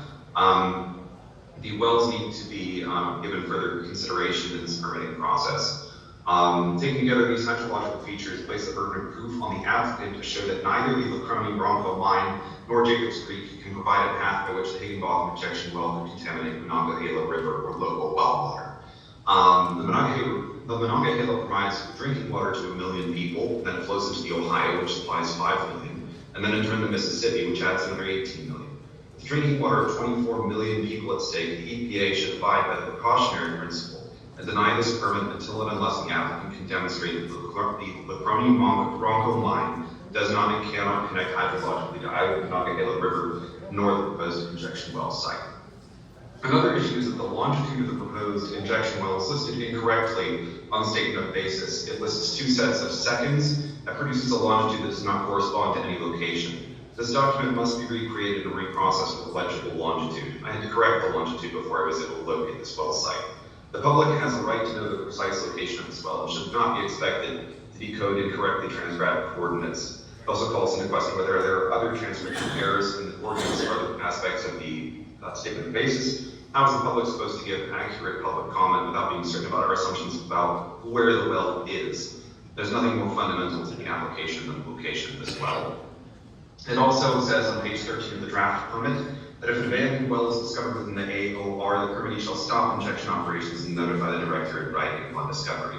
In fact, an abandoned conventional well does exist within the 1 quarter mile AOR in Nicholson Township. This is the J.N. Johnson well. G27 did not show this well in their application, so their AOR review is clearly inadequate. I will be submitting a map showing that well with respect to both the Lacrone Bronco Mine and the proposed injection well. There's also an orphan gas well. Sorry, Mr. Pike, we're approaching 5 minutes, so I'll give you about a minute or so.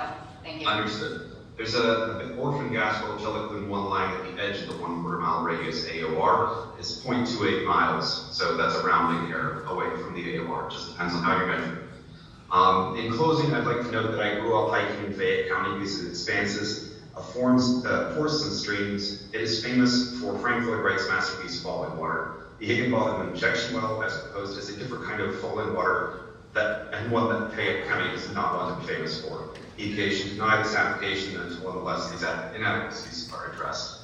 Thank you for your time. Thank you. And next, we have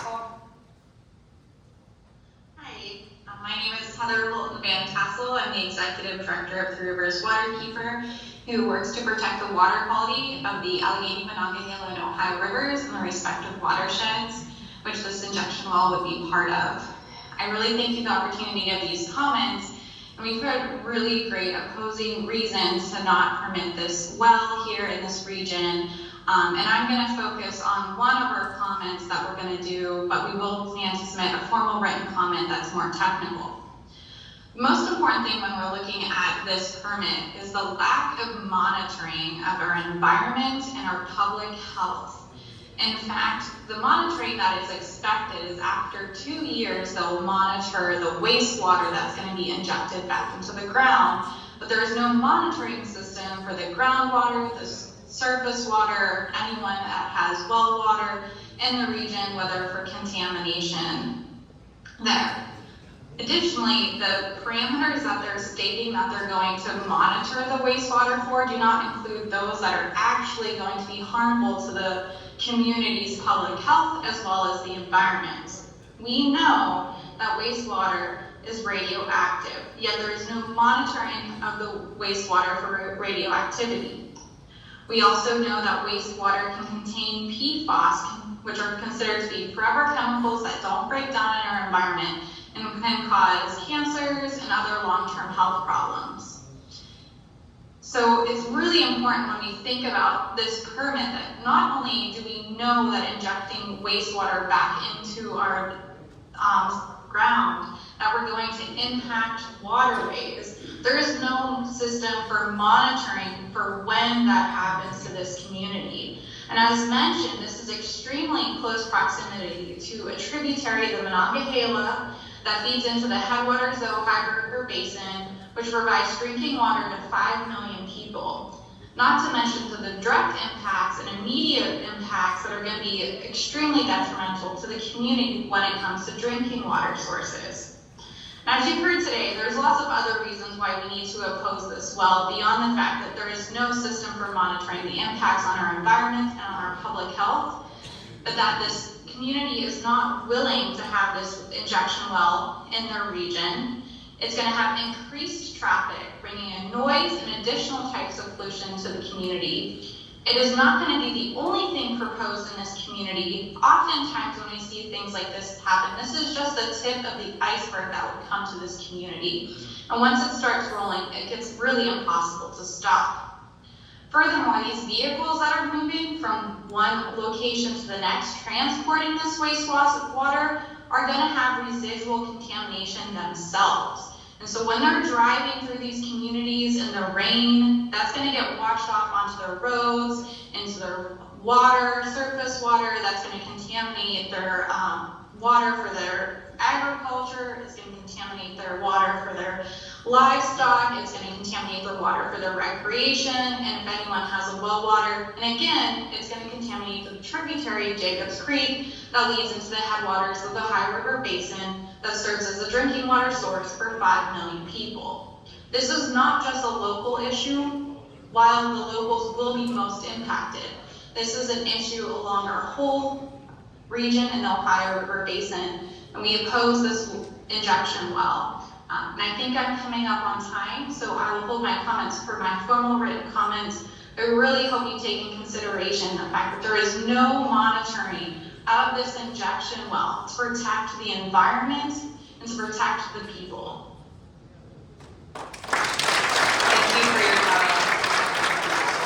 We'll move on to Barbara. Sorry, I'm not able to read the last name. Maybe Barbara Brandon? Barbara Brandon, that's correct. Doctor. I just will make a few comments because many of the things that I care about were already discussed by the residents in this community and the most recent speakers. The 2016 Geologic Survey found that oil and gas waste from an injection well in West Virginia had contaminated a nearby creek. In Texas, cracks in the casing of an injection well allowed contamination of an aquifer through which it ran. In 2018, citizens in Plum Borough, a suburb of Pittsburgh, spoke out against the first proposed fracking waste injection well in their suburbs. And of course, more injection wells are being proposed there, just as was commented by some of the speakers. The Plum well permitted to receive fracking waste in 2020 is drilled through an old coal mine. There are 16 abandoned gas wells within half a mile of this well and 66 gas wells within 1 mile. The presence of these old wells can facilitate the migration of injected wastewater for thousands of feet laterally. The citation for this is on the AlleghenyFront.org, and it was studied, I think, at Penn State.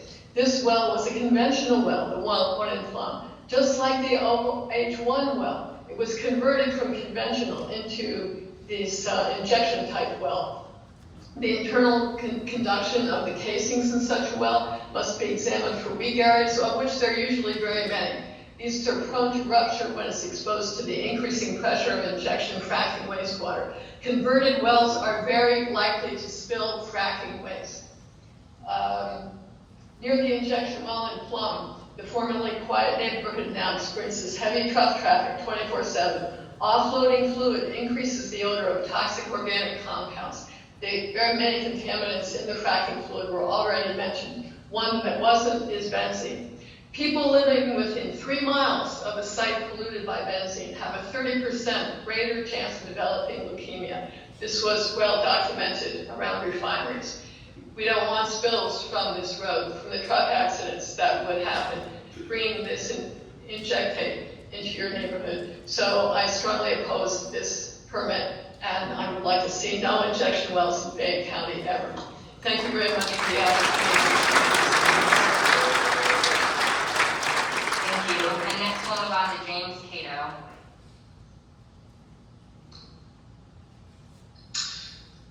Hello, my name is James Cato. This comment is on behalf of me, but also the organization I work for, Mountain Watershed Association, which is located and based in Fayette County. So there are several notable concerns with this proposal that cause us to oppose it, many of which have been touched on by the residents. But but these are truly worth reiterating. There is, of course, the overarching risk that wastewater, as it is forcefully injected underground, may migrate into public waterways or into residential areas. And this proposed injection well is located roughly a quarter of a mile from known underground mining operations. Such proximity can provide connection points for any leaks that may happen in the well, so that the wastewater can migrate through the underground aquifer in ways that we don't anticipate. This site also sits adjacent to a tributary to the Mon River waterway called Jacobs Creek that was mentioned. We also heard tonight about several undocumented creeks on residents' properties. So with these tributaries also close to the proposed site, any unexpected breaches are much more likely to quickly contaminate a major public waterway, and even worse, it sits directly beside several Fayette County homes. And the homes are located in a DEP environmental justice area, as mentioned, where a higher percentage of people live below the federal poverty line and are at a higher risk of pollution exposure already. And having worked in this area for years, I also have to say that a virtual-only hearing does not do the community justice. In-person hearing opportunities should be considered for So there are only a handful of injection wells for oil and gas waste in Pennsylvania, despite our state being one of the primary fracking hotbeds in the United States. The dangers of the wastewater to human health, coupled with the potential fallouts of this storage method, make this practice truly ill-advised in land that is seriously undermined or close to waterways, which is a lot of Pennsylvania, and especially Fayette County.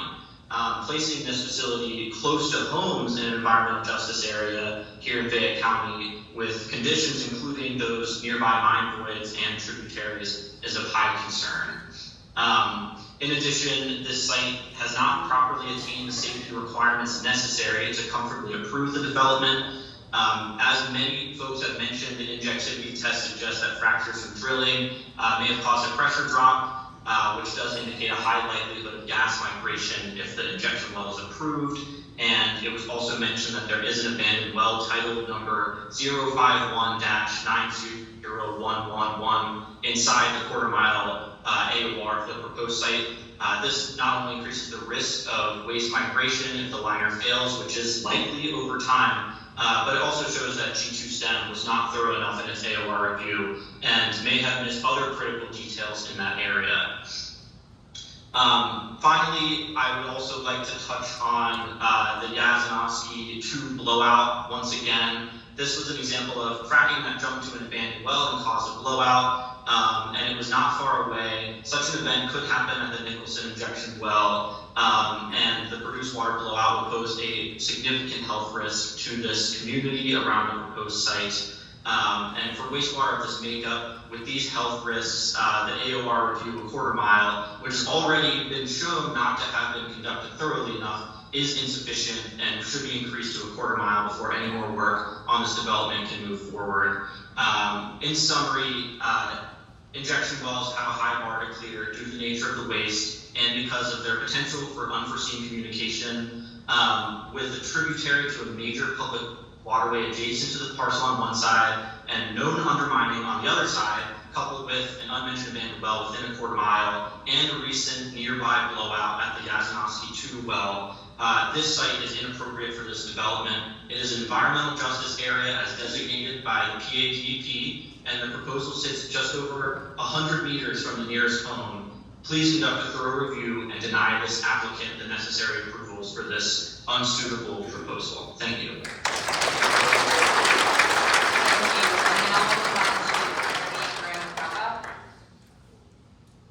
Hi, I am Charity from Group, State Representative for the 51st District.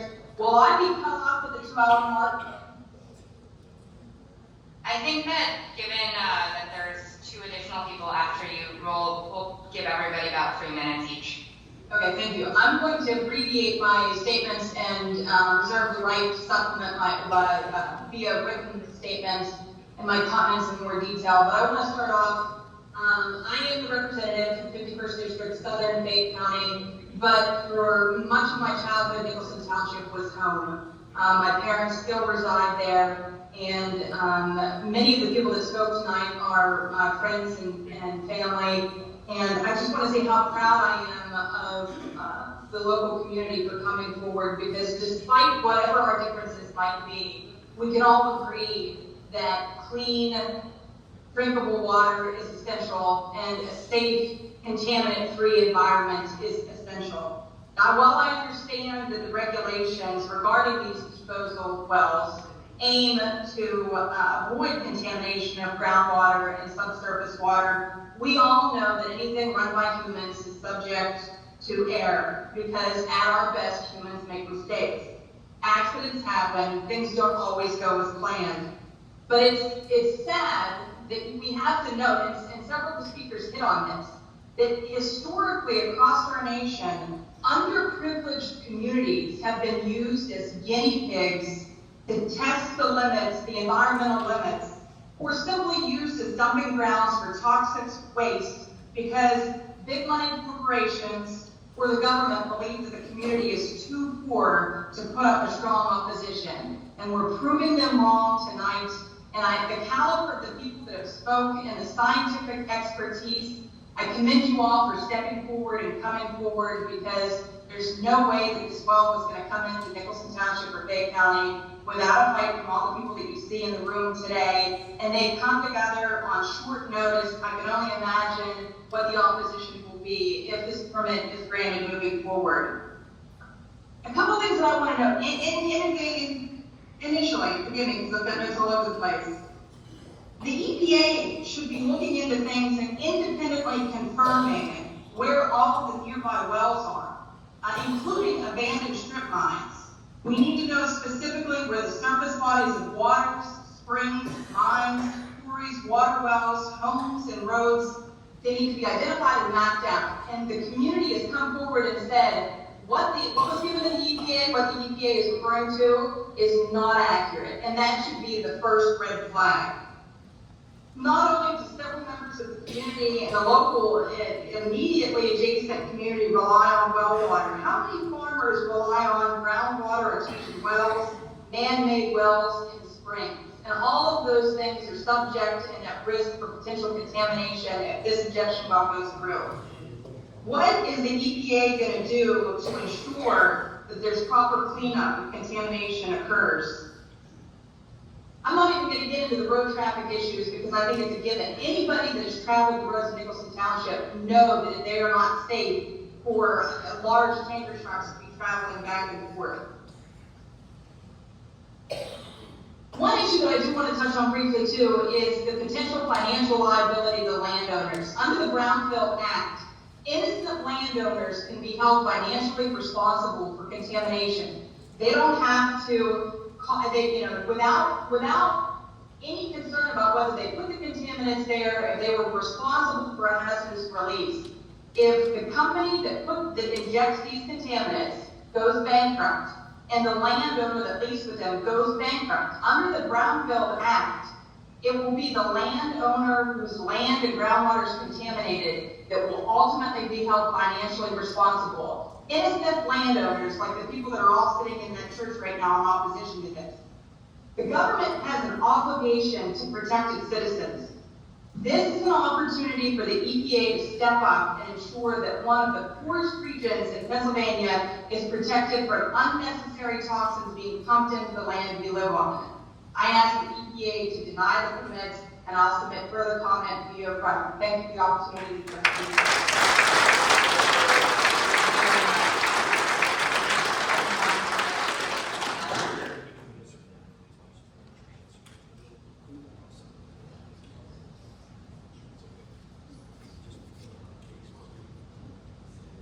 Ms. Bushell, you might be on mute.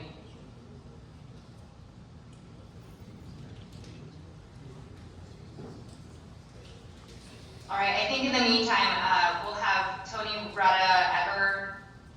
excuse me, I don't think I'm pronouncing that correctly, but Tony Ebrens. My name is Tony Ruda Ebrens. I live at 315 Bowood Road in Smithfield. I am less than 3 miles from the proposed site, but I am very upset that I never received notification about this proposal. And I feel that everyone in Nicholson Township should have been notified about this, and we were not. My other concerns are, of course, the contamination.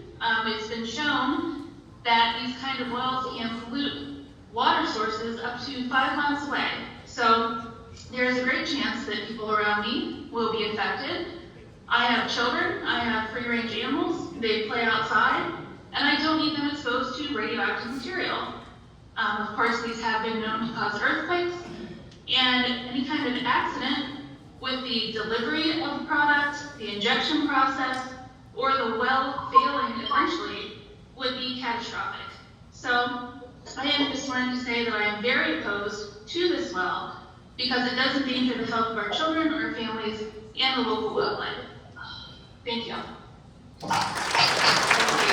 It looks like, unmute yourself. Please go ahead. Yes, my name is Mary Grace Butella, and I'm a resident and local elected taxpayer of the state in Dunbar Township here in Fayette County. I would like to thank the EPA for giving me an opportunity to make public comment concerning the public notice for permit PASUD 06-1BFAY, underground injection well for the disposing of dangerous fracking radioactive waste by a company named G2STEM LLC. First of all, it's been a health and environmental nightmare here in my county since Marcellus Shale fracking began back in 2008. And I can tell you that every owner that came into my office, the Marcellus Shale wells placed on their properties, complained of water and soil contamination. In fact, I actually referred one farmer to an attorney to help him in getting Chevron to pay for public water. After about a year, the same farmer came back into my office and thanked me. He told me Chevron paid over $100,000 to provide him safe public drinking water. However, he was never going to speak of it again. Following his agreement, Chevron stated that they were not responsible for his contaminated water, and he had no other alternative but to sign an agreement.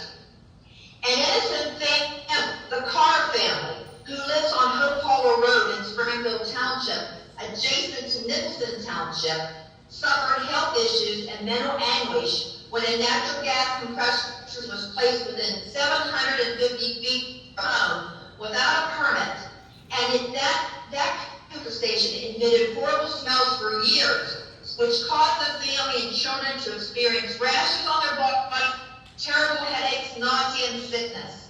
In fact, one of your own EPA agents, Martin Schwartz, visited the area and the Carr family and myself. Your agent said, and I quote, "If you're angry now about how things are, you would be hopping mad if you only knew what pollution was coming out of that gas compressor station." According to county records, there is a residential dwelling located at 613 Smithfield Maytown Road that's only 360 feet from that well, less than 2 minutes walking distance. I believe that individual spoke here tonight. This well is also located in an environmental justice area as defined by the DEP. Now, what if there's a blowout? Is DEA willing to sacrifice lives in order to satisfy a company's desire to save money? According to foodandwaterwatch.org, injection wells pose serious threats to nearby communities and groundwater. These injection wells are linked to earthquakes and can disrupt aquatic habitat or spill trucks carrying wastewater and leaks from faulty well casings, which can increase concentrations of methane, metals, and other contaminants in underground water supplies, which is detrimental to human health. There's no good management or treatment options fracking wastewater. Now, I want everyone to know that a few years ago, our current district attorney, Richard Bauer, who once represented oil and gas companies, came into my office and I told Mary Grace, this oil and gas industry has effed up our water, land, and even the air. We're all screwed. The EPA and the environment, the Department of Environmental Protection have an obligation to protect the environment and our health. These waste rejection wells pose serious risks, and for this reason, I am asking you to deny this company their request to convert a metal well into a hazardous radioactive waste injection well. Thank you very much.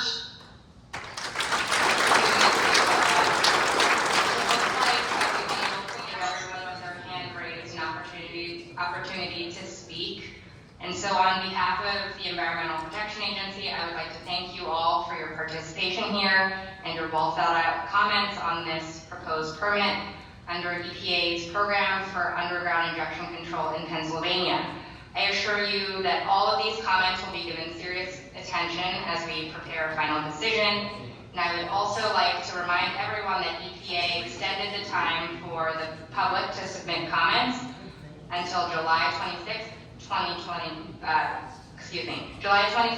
2023. If anyone cares to submit written testimony to our attention at EPA. And again, thank you for your interest in this proposed permit, and this concludes the public hearing. Thank you.